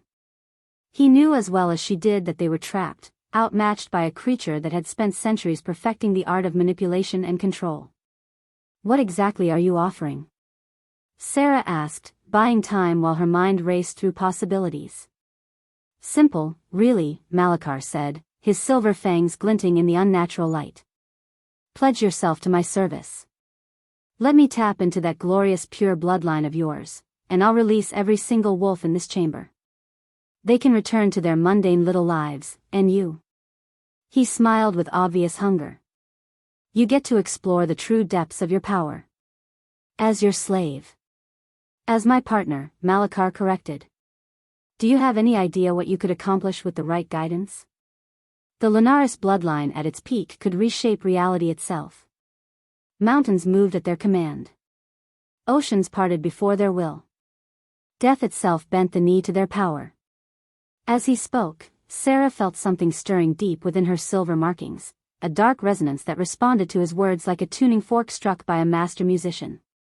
The power was there, waiting just beneath the surface, offering strength beyond imagination. It's seductive, she realized with growing horror. The darkness feels right. Through their bond, Zander felt her internal struggle, and his mental voice turned sharp with alarm. Sera, don't listen to him. That's not who you are. But what if it is? She thought back, unable to hide her fear from him. What if this is what I was always meant to become? The silver markings on her arms were beginning to glow, but the light was different now, colder, touched with shadows that seemed to writhe beneath her skin. She could feel the darkness calling to her, promising that she could save everyone if she just let go of her foolish morality and embraced what she truly was. A destroyer. A force of nature unleashed upon a world that had never understood her kind. I can feel it awakening in you, Malakar said, his voice dropping to an intimate whisper. The hunger for true power. The desire to make them all pay for what they did to our people. Our people? Sera's voice came out sharper than she'd intended. Did you think I was always like this? Malakar gestured to his perfect, terrible form. I was born Lunaris, just like you. I watched my family burned alive by wolves who called themselves our protectors. I felt the agony of a mate bond severed when my beloved was torn apart by creatures drunk on righteous fury. His expression shifted, and for just a moment, Sera caught a glimpse of the wolf he'd been before the corruption took hold, young, idealistic, broken by unimaginable loss. I made myself into what I needed to be to survive, he continued. And in doing so, I discovered that survival isn't enough. Not when justice demands so much more. Justice? Zander snarled, finding his voice despite the bonds that held him. You call genocide justice? I call it balance, Malachar replied coolly. For too long, the lesser wolves have hunted us, feared us, tried to erase us from existence. It's time they learned what it means to be prey. The dark power in Sera's markings pulsed stronger, and she could feel her resolve wavering. Part of her, the part that had been rejected and exiled and left to die, whispered that Malachar was right. That the packs deserved to suffer for what they'd done to her people. No, Zander's mental voice cut through her dark thoughts like a blade of pure light. That's not justice, Sera. That's revenge. And revenge will destroy you just as surely as it destroyed him. She felt his love and faith flowing through their bond, a steady anchor in the storm of temptation that surrounded her. Even facing his own death, even knowing that she might choose darkness over light, he believed in her essential goodness. I can't let them die, she thought desperately. And I can't let you damn yourself to save us, he replied with fierce conviction. Before Sera could respond, Zander did something that shattered her heart and changed everything. He stepped forward, breaking free from Malachar's invisible bonds through sheer force of will, and dropped to one knee before the soul render. Take me instead, he said, his voice steady despite the magnitude of what he was offering. My bloodline is old, my power considerable. I'll sustain you for centuries. Zander, no. Sera lunged toward him, but Malachar's gesture froze her in place once more. Interesting, the soul render mused, studying Zander with new interest. The heir to the Nightfall pack, offering himself as tribute. There's a certain poetic justice to that. Leave her alone, Zander said, meeting Malachar's gaze without flinching. She's young, untrained. Her power is raw and unfocused. But I've had centuries to hone my abilities, to build up reservoirs of energy that would take her decades to match. It was a lie, and they all knew it. Through their bond, Sera could feel the truth. Zander's power was considerable, but it paled in comparison to her pure Lunaris heritage. He was sacrificing himself for nothing, offering his life to buy her a few moments of freedom at best. A noble gesture, Malachar said with amusement. But ultimately pointless. Still, I suppose I can indulge you. After all, alpha energy does have a certain flavor to it. He raised his hand, and dark tendrils of power shot out to wrap around Zander like living chains. The moment they touched him, Sera felt his agony through their bond, a pain so intense it drove her to her knees. Stop, she screamed as Malachar began to drain Zander's life force, the tendrils pulsing with stolen energy. Please, stop. Join me, and I will, Malachar replied casually, as if they were discussing the weather instead of watching the man she loved die by inches. Through the bond, Sera felt Zander's strength ebbing away, his powerful form growing gaunt as his essence was torn from him. But instead of despair or fear, all she could sense from him was love, fierce, unwavering love that blazed like a star in the darkness of Malachar's realm. Live, he managed to project to her as his knees buckled. Whatever happens, live. The world needs you. That was when something inside Sera finally snapped. The silver markings on her arms exploded with light, not the cold, shadowy glow that had responded to Malachar's temptations, but a blazing radiance that seemed to hold the power of the moon itself. But this time, the light wasn't pure silver. Threads of darkness wove through it, creating patterns that spoke of both creation and destruction, salvation and damnation. She had embraced both sides of her heritage. No, she said, rising to her feet with power crackling around her like living lightning. You want the silver moon? You want the heir to the Lunaris throne? Then come and take me. Malachar's eyes widened as he felt the magnitude of what was happening. Impossible. The dual nature was lost centuries ago. Nothing is lost, Sera said, her voice echoing with harmonics that seemed to resonate across multiple dimensions. Everything is simply waiting. She gestured, and the tendrils draining Zander's life force shattered like spun glass. He collapsed to the chamber floor, gasping but alive, while Sera stepped forward to face the creature that had terrorized her people for generations. You want to see what I'm truly capable of? She asked, letting her power build until the very air around her began to warp and twist. Then let me show you. The battle that followed defied description. Sera moved like liquid moonlight, her form phasing between dimensions as Malachar struck at her with the fury of centuries. When he tried to trap her with shadows, she became shadow herself, slipping through his grasp like mist. When he summoned walls of corrupted stone to crush her, she called upon moonbeams that cut through the barriers like they were made of paper. You cannot defeat me. Malachar roared, his perfect form beginning to show cracks as Sera's assault intensified. I am eternal. I am inevitable. You're a parasite, Sera replied, weaving moonlight into chains that wrapped around his limbs. And parasites can be removed.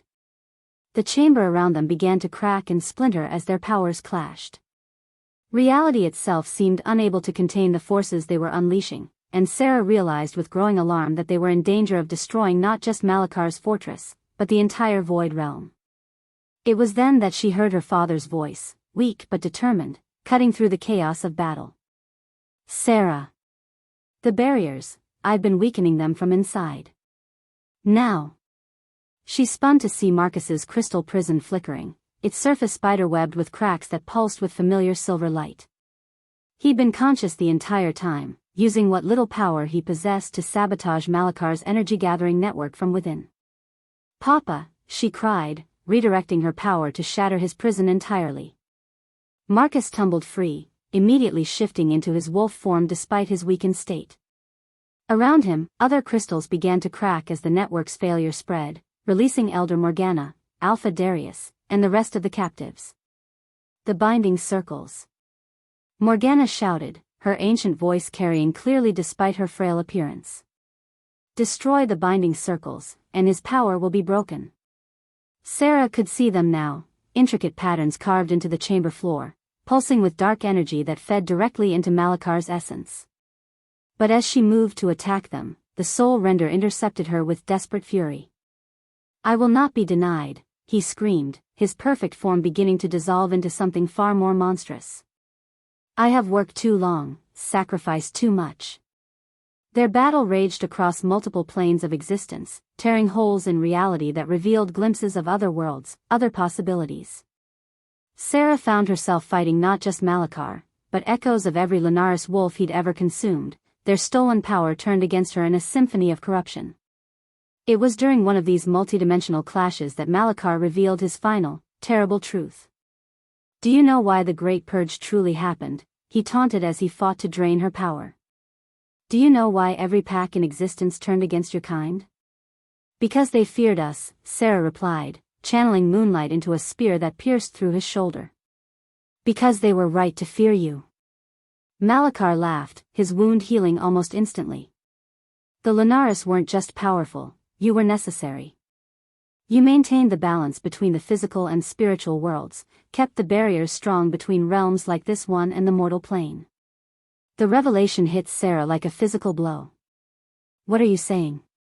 I'm saying that when your people were wiped out, the barriers began to weaken. Creatures like my shadow beasts could slip through, could hunt in the mortal realm with impunity. His smile was triumphant despite his wounds. Every supernatural threat that has plagued the packs for the last 3 centuries exists because there are no Lunaris left to maintain the cosmic order. You're lying. Am I? Ask yourself why the wolf territories have been shrinking. Why rogue packs have multiplied beyond control. Why creatures of shadow and nightmare hunt freely in lands that were once safe. Malachar gestured to the crumbling reality around them. Your people's extinction didn't just hurt the Lunaris. It doomed the entire supernatural world to slow decay. Sera felt the truth of his words resonate through her bones, and with it came a terrible understanding. She could kill Malachar, the power was there, blazing within her like a caged star. But doing so would destroy the Void Realm entirely, collapsing it back into the physical world and potentially killing everyone trapped inside. She needed another solution. The binding, she realized suddenly. Not death, containment. Drawing upon both sides of her heritage, Sera began to weave a spell unlike anything attempted in centuries. Moonlight and shadow intertwined around Malachar, creating bonds that existed on multiple planes simultaneously. "What are you doing?" the Soul Render demanded, struggling against the growing constraints. "Something that should have been done long ago," Sera replied, pouring more and more of her power into the working. "I'm giving you exactly what you deserve, eternity to contemplate your crimes." The binding took shape around Malachar, a prison of crystallized moonlight and living shadow that would hold him until the end of time itself. But as Sera poured the last of her strength into the spell, she realized the terrible price of her victory. The working required an anchor, a piece of herself permanently woven into the binding to ensure it could never be broken. And that anchor could only come from her connection to the physical world. "Sera, no." Zander's voice reached her just as she felt herself beginning to fade. "Don't do this." She turned to see him struggling to reach her, his face desperate with understanding. Through their bond, he could feel what she was sacrificing, could sense her essence beginning to unravel as the spell completed itself. "I have to," she said, though her voice was growing fainter with each word. "It's the only way to keep him contained." The void realm shook around them, reality cracking like glass as Malachar's defeat sent shockwaves through the dimension he'd created. Sera could feel the realm beginning to collapse, reality reasserting itself as the Soul Render's will was bound and contained. "Everyone needs to get out," she said, using the last of her strength to open a portal back to the physical world. "Now, before the realm implodes entirely." "Not without you," Zander said fiercely, reaching for her even as her form grew more translucent. "Zander." "No." He grabbed her hands, his touch the only thing keeping her anchored to any form of existence. "We're bonded, remember? Where you go, I go." Through their connection, Sera felt him trying to pour his own life force into her, to somehow reverse the spell that was unmaking her. But the working was too far advanced, the price already paid in full. "Take care of them," she whispered, looking past him to where her father and the other survivors were gathering near the portal. "Take care of our people. Sera, please." She leaned forward and kissed him, pouring everything she couldn't say into that one brief contact. Then, with the last of her fading strength, she pushed all of her remaining power through their bond, not to save herself, but to ensure that everyone else made it home safely. The portal flared to life, pulling the survivors through to safety as the void realm collapsed around them. Zander tried to hold onto her, tried to drag her through the gateway with him, but Sera's form was already dissolving into moonlight and memory. "I love you," she managed to say as the realm finally shattered completely. Then there was only darkness, and the echo of his anguished cry following her into the void. If you are enjoying this video, do well to hit the like button and subscribe to this channel for more videos like this. Chapter 7. The return to the physical world was a rude awakening. One moment, Zander was falling through the collapsing void realm, his hands grasping desperately for Sera's fading form. The next, he was sprawled on the hard-packed earth of the Thornwood ruins, gasping for breath as reality reasserted itself around him with jarring brutality. "Sera." He rolled over, frantically scanning the area for any sign of her. But there was nothing, just the ancient stone circle where Luna's ritual had opened the portal, and the scattered forms of the rescued pack members as they struggled to orient themselves in the pre-dawn darkness. "She's not here," Marcus said quietly, his voice hoarse with exhaustion and grief. Sera's father looked terrible, gone from his imprisonment, his normally strong frame diminished by Malachar's energy drain. But his eyes held a clarity that spoke of someone who had witnessed his daughter's ultimate sacrifice. "She has to be," Zander insisted, though even as he spoke, he could feel the truth through their blood bond. The connection that had been so vibrant, so alive with Sera's presence, was fading like an echo growing ever more distant. "She's bound to me." The ritual. The ritual anchored her to the binding she created, Luna Ravencrest said, appearing at his side with the careful movements of someone who had pushed her ancient body far beyond its limits. "I felt it in the final moments. She became part of the spell that contains Malachar. She exists, but not in any form we can easily reach." "Then we find a way," Zander said fiercely, struggling to his feet despite the weakness that threatened to overwhelm him. "There has to be something." "Zander." Luna's weathered hand caught his arm, her grip surprisingly strong. "Look around you. We have 14 rescued pack members, all of whom need immediate medical attention. We have a collapsed void realm that may have attracted unwanted attention from other supernatural entities. And we have a pack to protect. Her voice gentled. Sera gave her life to save these people. Don't dishonor that sacrifice by abandoning them now. The words hit him like physical blows, but Zander knew she was right. Around him, wolves who had been prisoners for days were struggling to remain conscious, their bodies depleted by Malakar's energy drain.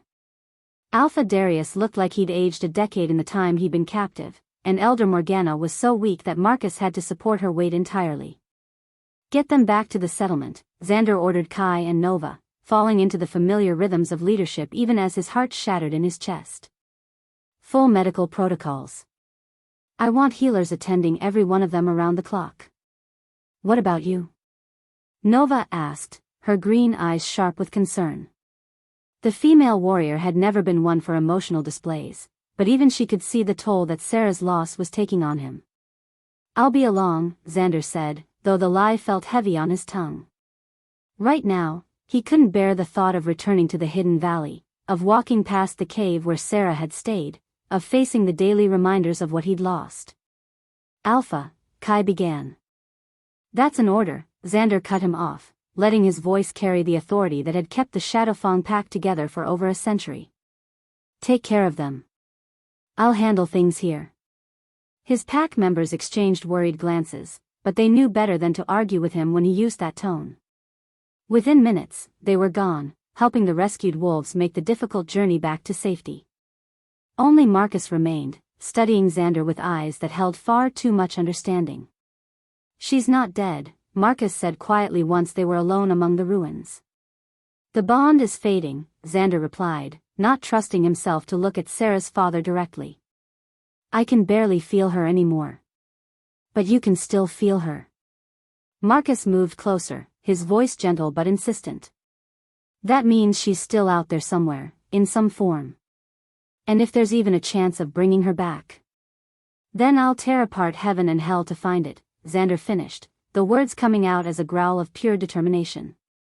Marcus smiled, the first genuine expression of hope Zander had seen from him since their rescue. Good. Because I have some ideas about where we might start. 3 days later, Zander stood in the great hall of the Shadowfang Pack's central cavern, staring at an ancient tome that Luna had unearthed from her private collection. The book was older than civilization itself, its pages written in the original Lunaris script that only a handful of wolves still knew how to read. The ritual of moonstone anchoring, Luna translated, her finger tracing the faded symbols. It's a working design to call back souls that have become lost between realms. What does it require? Zander asked, though he could already guess from Luna's expression that the answer wouldn't be simple. Moonstone fragments from at least 7 different pack territories, she said. Each fragment must be freely given by an alpha, and the combined power used to create an anchor strong enough to reach across the dimensional divide. 7 alphas, Kai said from where he stood near the cave entrance. Do we know 7 alphas who would be willing to help us? We know one, Marcus said, stepping forward. Me. You're not an alpha, Nova pointed out. I am now, Marcus replied grimly. Darius abdicated this morning. The stress of captivity, combined with the knowledge of what Malakar represented. He shook his head. He's decided that the Crimson Moon Pack needs new leadership. Leadership that understands the true nature of the threats we face. It was a shocking development, but not entirely unexpected. Alpha Darius had been broken by his imprisonment, his confidence in the old ways shattered by the revelation of how blind the packs had been to the real dangers lurking in the shadows. That still leaves 6 more, Kai said. Leave that to me, Marcus said with a determination that reminded Zander strongly of his daughter. I have contacts throughout the territories. And after what we experienced in that place. He gestured vaguely toward where the void portal had been. I think most alphas will be very interested in ensuring that nothing like Malakar can threaten us again. And if they're not interested? Nova asked.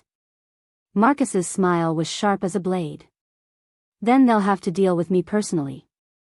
The quest for moonstone fragments took them across half the continent, to pack territories that Zander hadn't visited in decades. Some of the meetings went better than others. The Silvercrest pack, led by Alpha Diana Moonfang, listened to Marcus's explanation with growing horror before immediately offering their support. They'd lost 3 pack members to mysterious disappearances over the past year, and the description of Malakar's shadow beasts matched perfectly with the few eyewitness accounts they'd gathered. The Ironwood pack was less accommodating. Alpha Gareth Strongheart took one look at Zander and immediately challenged him to single combat, convinced that the infamous rogue Alpha was there to steal territory or wolves. It took a demonstration of Sera's healing magic, performed by Marcus, who had somehow retained an echo of her power through their shared bloodline, to convince him that the threat was real. The Stormwind pack demanded tribute. The Nighthaven pack wanted detailed intelligence about every supernatural threat their scouts had encountered. The Bloodmere pack insisted on a formal treaty of non-aggression before they would even consider helping. But slowly, painfully, they gathered the fragments. And with each one, Zander felt the blood bond grow a little stronger, as if Sera was somehow aware of their efforts and drawing strength from their determination to bring her home. It was during their visit to the territory of the Moonrise pack that everything changed. Zander. The voice belonged to Lydia Shadowthorne, and she looked nothing like the frightened refugee he'd last seen in the ruins of the Crimson Moon settlement. She stood straighter now, her golden hair braided with silver threads that caught the morning light, her bearing that of someone who had found her true purpose. "Lydia," he said, not sure what to expect from Sera's childhood friend. "We need to talk," she said. "All of us." She gestured, and Zander realized she wasn't alone. Behind her stood nearly 30 wolves, survivors from the Crimson Moon pack who had scattered after the Shadow Beast attack. They looked different now, marked by hardship but also by a shared resolve that hadn't been there before. "We've been talking," Lydia continued, "about what happened to our pack. About the mistakes we made, the prejudices we held, the fear that led us to exile our own." Her voice grew stronger. "And we've decided that we don't want to rebuild the Crimson Moon pack as it was." "What are you saying?" Marcus asked, though Zander could see understanding dawning in his eyes. "We're saying that Sera was right about the old ways," Lydia replied. "They were built on fear and ignorance, and they made us weak when we needed to be strong." She looked directly at Zander. "We want to join the Shadowfang pack. If you'll have us." The offer was unprecedented. Entire packs didn't simply join other packs, there were traditions, protocols, power structures to consider. But as Zander looked at the faces of the wolves who had once cast out the woman he loved, he saw something that gave him hope. They had learned. "The choice isn't mine alone," he said. "But if the pack agrees." He extended his hand to Lydia. "You'll be welcome." "There's one more thing," Lydia said, reaching into a leather pouch at her side. She withdrew a moonstone fragment larger than any they'd yet collected, its surface glowing with soft silver light. "This was hidden beneath our old ceremonial circle. Elder Morgana told me it's been there for generations, waiting for the right moment to be used." Marcus stared at the fragment with wonder. "That's pure Lunaris stone. Pre-purge. The power contained in that single piece is freely given," Lydia finished, placing the fragment in Zander's hands. "To bring back the one who saved us all." The Moonstone Resurrection ritual was set for the night of the lunar eclipse, a rare celestial event that occurred only once every few years. Luna had spent days preparing the ceremonial site, carving intricate patterns into the stone floor of the Shadowfang pack's main cavern and arranging the 7 moonstone fragments in a perfect circle. But as the eclipse began, Zander felt something wrong with the blood bond that connected him to Sera. Instead of growing stronger as they'd hoped, it was weakening rapidly, as if something was actively draining it away. "Luna," he gasped, collapsing to his knees as pain shot through his entire body. "Something's happening." The ancient wolf rushed to his side, her hands glowing with diagnostic magic as she examined him. Her face went pale as she realized what she was seeing. "The bond," she said urgently. "It's not just fading, it's being severed. Forcibly." "What does that mean?" Marcus demanded. "It means that someone or something is actively trying to prevent Sera's return," Luna replied.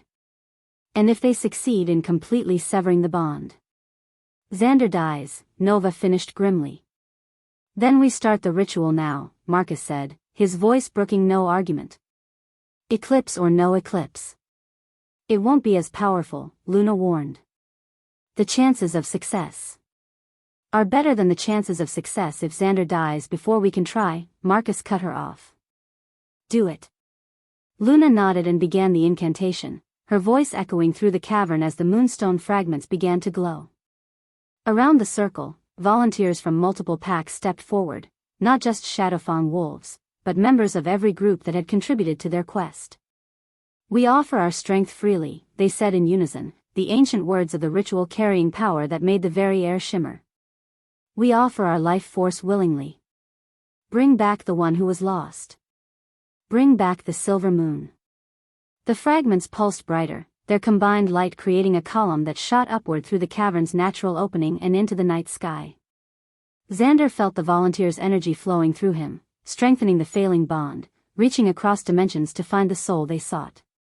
And then, incredibly, impossibly, she answered. Zander.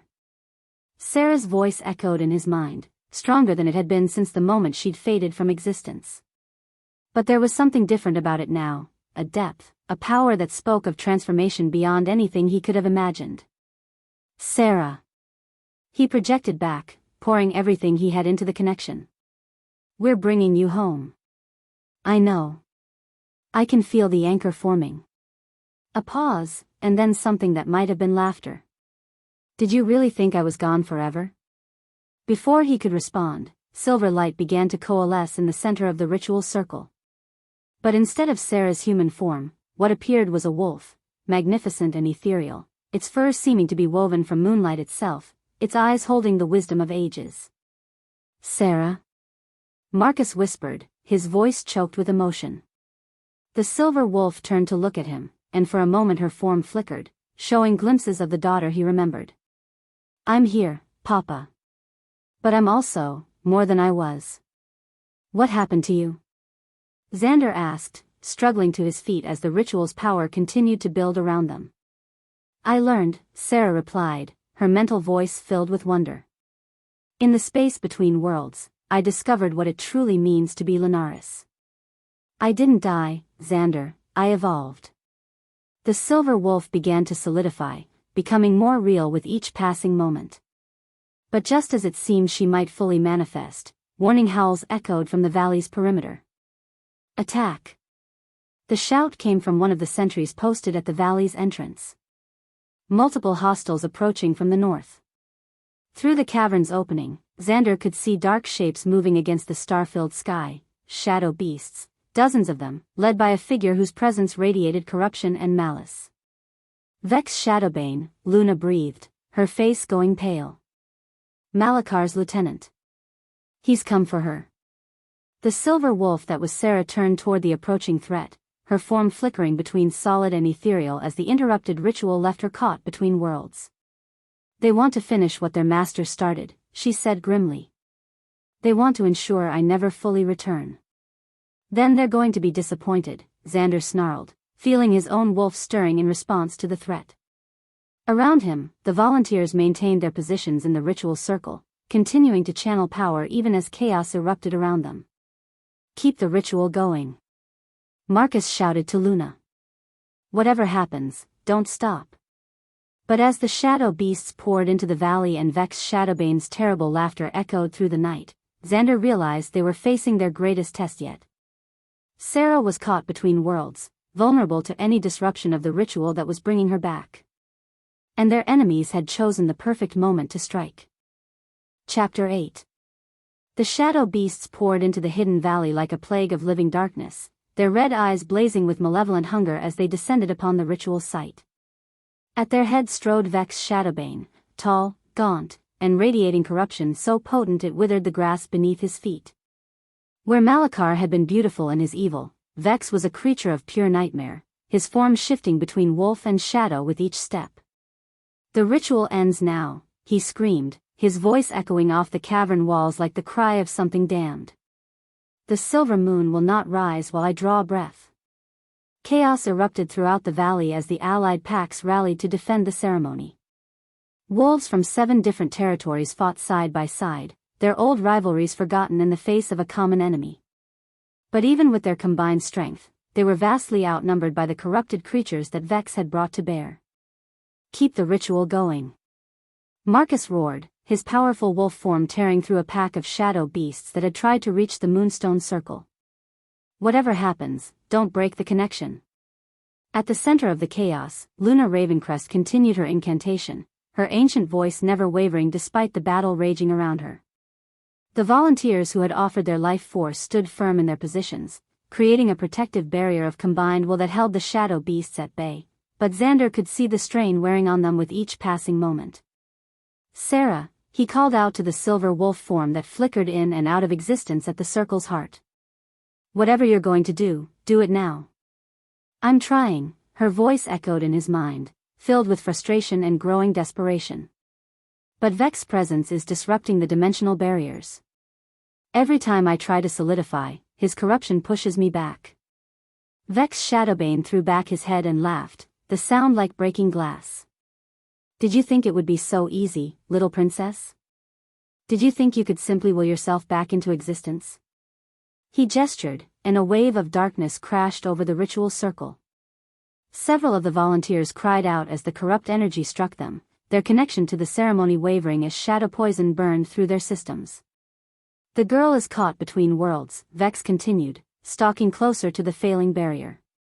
"One push in the right direction, and she'll be lost forever in the spaces between. Just like her dear mother was." "My mother escaped you," Sera's voice rang out, though her form grew more translucent with each word. "Did she?" Vex's smile was cruel as winter. "Oh, sweet child. Isabella didn't escape, she was bait. Malachar let her flee, knowing that eventually she would lead us to the last pure bloodline. Every moment of happiness she found, every day of love she experienced with your father, was bought with borrowed time." The revelation hit like a physical blow, and Zander felt Sera's anguish through their bond. Her form flickered more violently, the ritual's anchor weakening as doubt and despair flooded through her. "Don't listen to him," Zander called out, pouring all his strength into their connection. "Your mother's love was real. Your father's love is real. What we have is real." "Pretty words," Vex sneered. "But love cannot overcome the inevitable. The Lunaris bloodline ends tonight, and with it, any hope of restoring the balance you people once maintained." He raised his hands, dark energy crackling between his fingers as he prepared to deliver the killing blow to the ritual. But before he could strike, a new voice cut through the chaos, clear, strong, and blazing with newfound authority. "The only thing ending tonight is your master's legacy of fear and hatred." The silver wolf in the center of the circle suddenly blazed with light so intense it drove back every shadow in the valley. When the radiance faded, Sera stood there in human form once more, but she was transformed beyond recognition. She was taller now, her presence radiating a power that made the very air shimmer around her. The silver markings that had once been confined to her arms now covered her entire body in intricate patterns that seemed to move and shift with each breath. Her hair had turned silver white, flowing behind her like liquid moonlight, and her eyes held depths that spoke of wisdom gained in the spaces between worlds. "Impossible," Vex breathed, taking an involuntary step backward. "You were lost. Scattered across dimensions. I felt you fading." "You felt what I wanted you to feel," Sera said calmly, stepping out of the ritual circle with fluid grace. "Did you really think I would try to return without understanding what I was walking into?" She gestured, and the shadow beasts that had been terrorizing the allied pack suddenly froze in place, their red eyes dimming as Sera's power washed over them. "I spent my time in the spaces between learning what I truly am," she continued, her voice carrying across the entire valley. "I am the bridge between light and shadow, between the ancient powers and the modern world. I am the balance that was lost when my people were slaughtered. You are nothing." Vex snarled, launching himself at her with claws extended and fangs bared. "You are a child playing with forces beyond your comprehension." The attack never landed. Sera simply stepped aside, her movement so fluid it seemed like she was dancing rather than fighting. When Vex's momentum carried him past her, she reached out and touched his shoulder, a gentle contact that should have been meaningless. Instead, silver light exploded through Vex's corrupted form, and he screamed as centuries of accumulated darkness began to burn away. "Stop," he gasped, falling to his knees as the purification continued. "Please, it hurts." "I know it hurts," Sera said softly, kneeling beside him with infinite compassion. "Corruption always hurts when it's being cleansed. But you don't have to carry that pain anymore." She placed both hands on his head, and Zander watched in amazement as her power flowed into the fallen lieutenant. The shadows that had twisted Vex's form began to dissipate, revealing the wolf he had been before Malakar's influence took hold, young, lost, consumed by grief over losses he'd never been allowed to properly mourn. "I remember now," Vex whispered, tears streaming down his face as his true memories returned.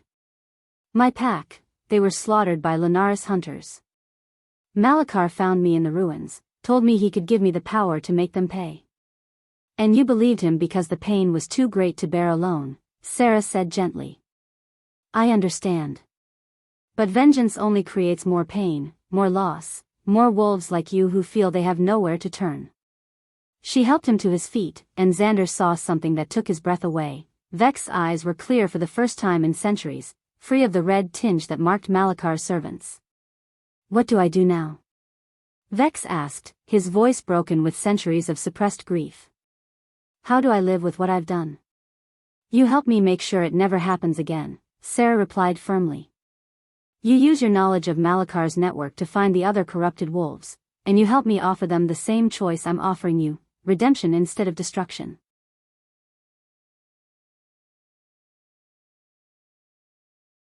Vex stared at her for a long moment, then slowly nodded. "The silver moon shows mercy even to her enemies. Malakar was right to fear you." Around them, the shadow beasts that had attacked the valley were beginning to change.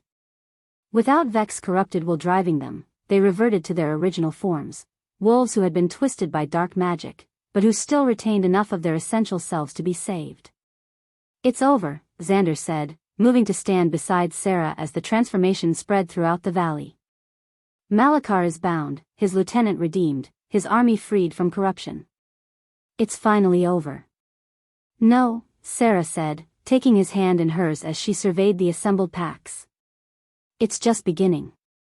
The treaty negotiations took 3 days, with representatives from every major pack territory gathering in the Shadowfang Pack's Great Hall to hammer out the details of a new world order. It was unprecedented. Never before had so many alphas agreed to meet on neutral ground, let alone to sign accords that would fundamentally change how wolf society operated. The Shadowfang Pack is hereby recognized as a sovereign territory, Alpha Diana Moonfang read from the formal document, her voice carrying to every corner of the packed cavern. Its right to offer sanctuary to exiled wolves and those with supernatural abilities is acknowledged and protected under pack law. Furthermore, Alpha Gareth Strongheart continued, taking up the reading, Seraphina Nightshade is acknowledged as the first Lunaris Alpha in over 3 centuries, with all the rights and responsibilities that title entails. There was more, agreements about information sharing, protocols for dealing with supernatural threats, frameworks for cooperation between territories that had been enemies for generations. But what mattered most to Sera was the final clause, the one that Marcus read with obvious pride in his voice.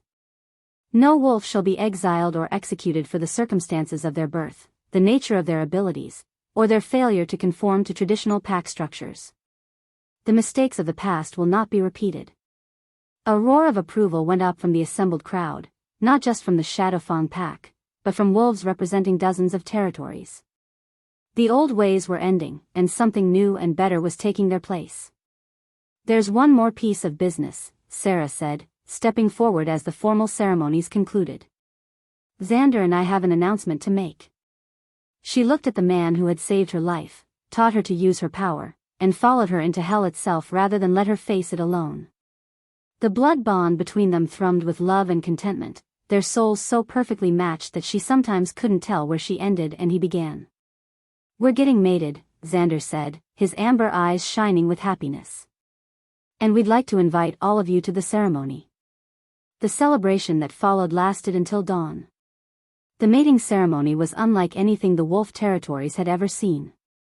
Instead of following the traditions of any single pack, Sera and Zander had chosen to incorporate elements from every group that had helped bring them together. The Crimson Moon Pack provided the silver chains that bound their hands. The Silvercrest Pack offered the ceremonial wine that they shared beneath the full moon. The Ironwood Pack contributed the ancient songs that were sung as they exchanged vows. "I never thought I'd see the day," Marcus said as he watched his daughter dance with her new mate, their silver markings glowing in perfect harmony. A Lunaris alpha and a rogue king, ruling over a pack of misfits and outcasts. "They're not misfits," Luna Ravencrest said from beside him, her ancient eyes bright with satisfaction. "They're the future. And they're exactly what this world needs." The celebration continued long into the night, but eventually Sera and Zander slipped away to the private balcony outside their shared chambers. The hidden valley spread out below them, peaceful and secure under the watchful gaze of sentries who no longer expected attack from every shadow. "Any regrets?" Zander asked, wrapping his arms around her from behind as they watched the moon set over their territory. "Only one," Sera said, leaning back against his chest. "I wish my mother could have seen this. Could have known that her sacrifice wasn't in vain." "She knows," Zander said softly. "Wherever she is, whatever realm she's found peace in, she knows that her daughter changed the world." They stood in comfortable silence for a while, watching their people settle in for the night. In the months since the battle with Vex Shadowbane, the Shadowfang pack had grown to nearly 300 wolves, exiles and refugees and young wolves with unusual abilities who had nowhere else to turn. "I've been thinking," Sera said eventually, "about what comes next. We've changed the laws, established new treaties, created a safe haven for wolves like us. But there are still so many out there who don't know they have options. What did you have in mind?" Sera smiled, her hand moving unconsciously to rest on her still flat stomach. "An academy. A place where young wolves with abilities can come to train, to learn control, to understand that being different doesn't mean being cursed." "The Moonstone Academy," Zander said, understanding immediately. "I like it. Luna would make an excellent headmistress." "My thoughts exactly." Sera turned in his arms, her silver eyes sparkling with mischief. "But before we start building schools and training the next generation, there's something I need to tell you." "What's that?" "We're going to have our own student to train soon," she said, taking his hand and pressing it against her belly. "Very soon." Xander's eyes widened as he felt the faint glow of power beneath his palm, not Sera's familiar silver light, but something new and wonderful. Something that pulsed with the combined essence of their bond. "A baby," he breathed, wonder transforming his features. "Our baby. The first natural-born Lunaris wolf in over a century," Sera confirmed. "The beginning of a new bloodline that will grow up knowing love instead of fear, acceptance instead of exile." Zander kissed her then, pouring all his love and gratitude and hope for the future into the contact. When they finally broke apart, both of them were glowing with silver light, their markings singing in harmony. "The world is going to be very different for our child," Zander said. "Yes," Sera agreed, her voice filled with quiet satisfaction. "It is." 6 months later. The Moonstone Academy was a marvel of supernatural architecture, built into the cliffs surrounding the Shadowfang Pack's territory with chambers that seemed to exist in multiple dimensions simultaneously. Young wolves from across the continent had come to study there, some sent by progressive parents who wanted their children to understand their gifts, others refugees who had fled persecution in more traditional territories. Sera stood in the academy's main courtyard, watching a group of teenage wolves practice basic light manipulation under Luna Ravencrest's patient instruction. Her pregnancy was beginning to show now, and she often found herself resting her hand on the gentle curve of her belly, marveling at the life growing within her. "Focus on the feeling, not the result," Luna was saying to a young male whose markings flickered with unstable energy. "The power responds to emotion, but it requires control to be truly useful." "Like this?" the boy asked, and suddenly his markings blazed with steady silver light.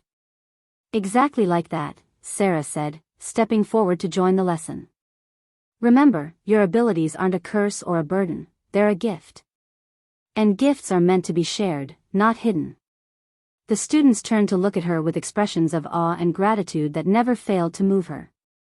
These young wolves would never know the fear and rejection that had defined her own childhood. They would grow up proud of what they were, confident in their abilities, secure in the knowledge that they belonged.